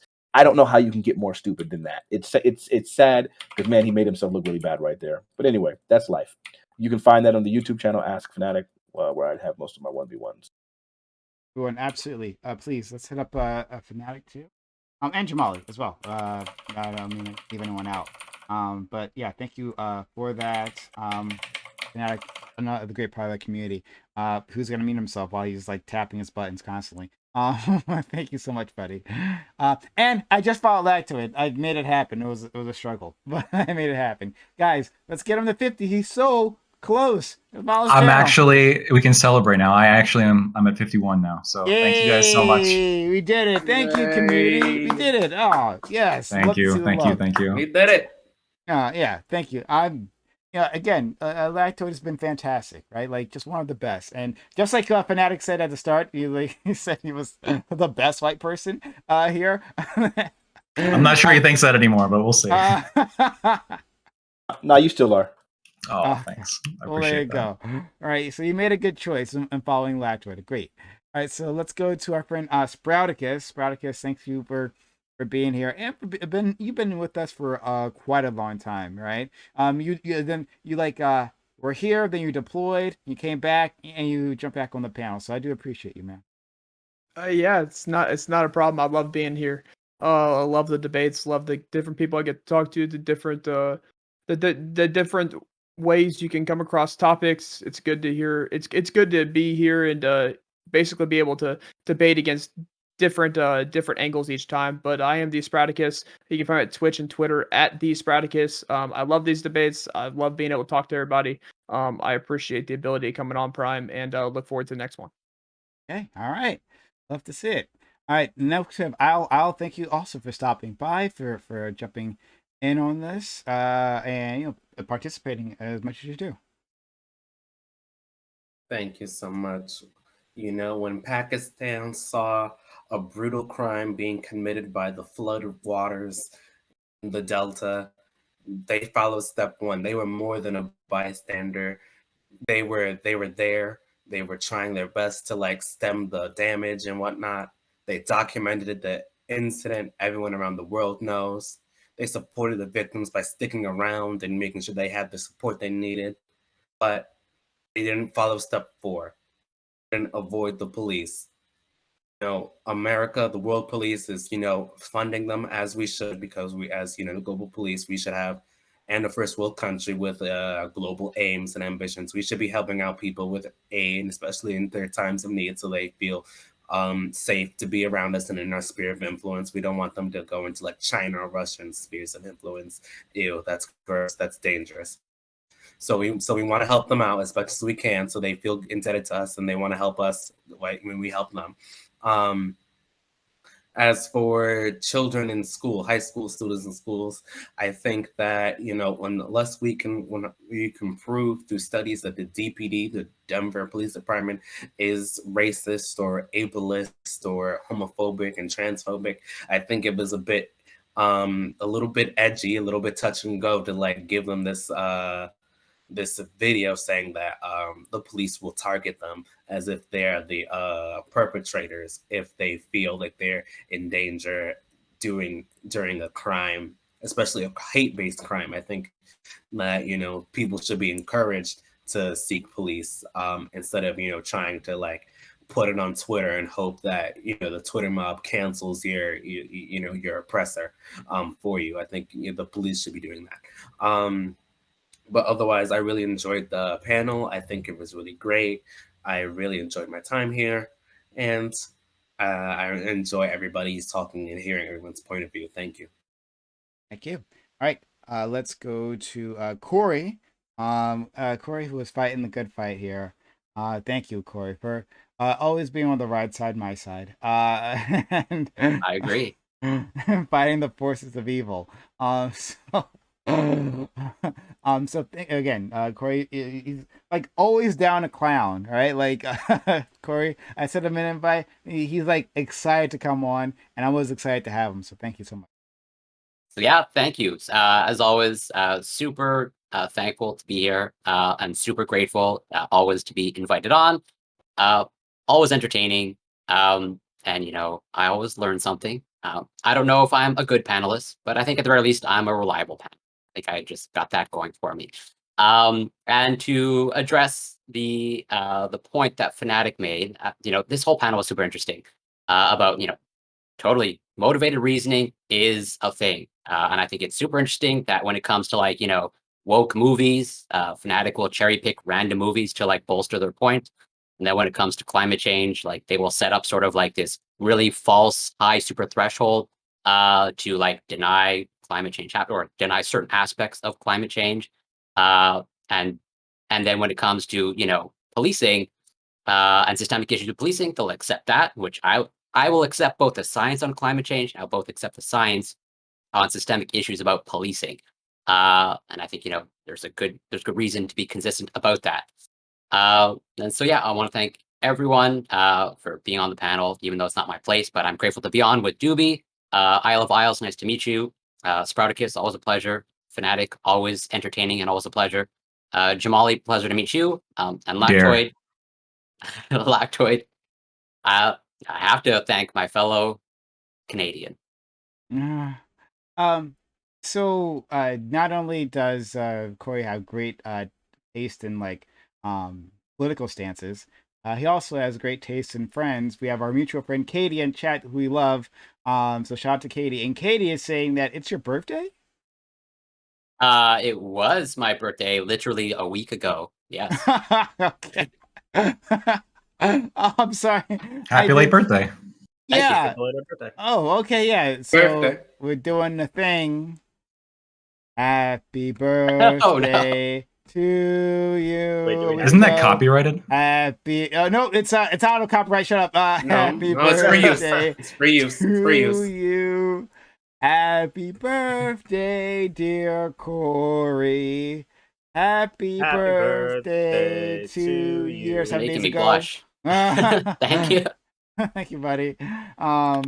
Shout out to you. Shout out to our friend Katie, who I love a lot. All right. Thank you so much. Let's go to our friend Doobie, Dark Lord and Savior. Doobie, I didn't hear you singing for our good friend Corey. What was that? He's Canadian. Oh, good point. Never mind. But I'm Doobie, and I help run the politics server on Discord, discord.gg/politics. We will be having the esteemed Marxist-Leninist Jackson Hinkle on the server on Sunday. I'm sure Latcode is very happy about that. I think it's 3 p.m. Eastern. So if you want to talk to him, come around. It'll be a good time. Okay. All right. Yeah, everyone. Check out Doobie's server, !Doobie in chat for his server link, discord.gg/politics. Check. It's a lot of fun, guys. If you enjoy arguing with individuals, right? One, you can be here because we do that all the time. But if you can't wait for the days that we do this, it's happening constantly in Doobie's server. Right, that is the place to be if you want to argue with the worst people. But it's a lot of fun. Okay, we're gonna move on to our open walk on panel. Anyone here can join us, but if not, that's okay. Thanks for spending your time, your energy, your knowledge, and your passion with my community. I know they appreciate just so much as I do. Have a good one. Bye. Appreciate it, Prime. Thank you. Yep, appreciate you.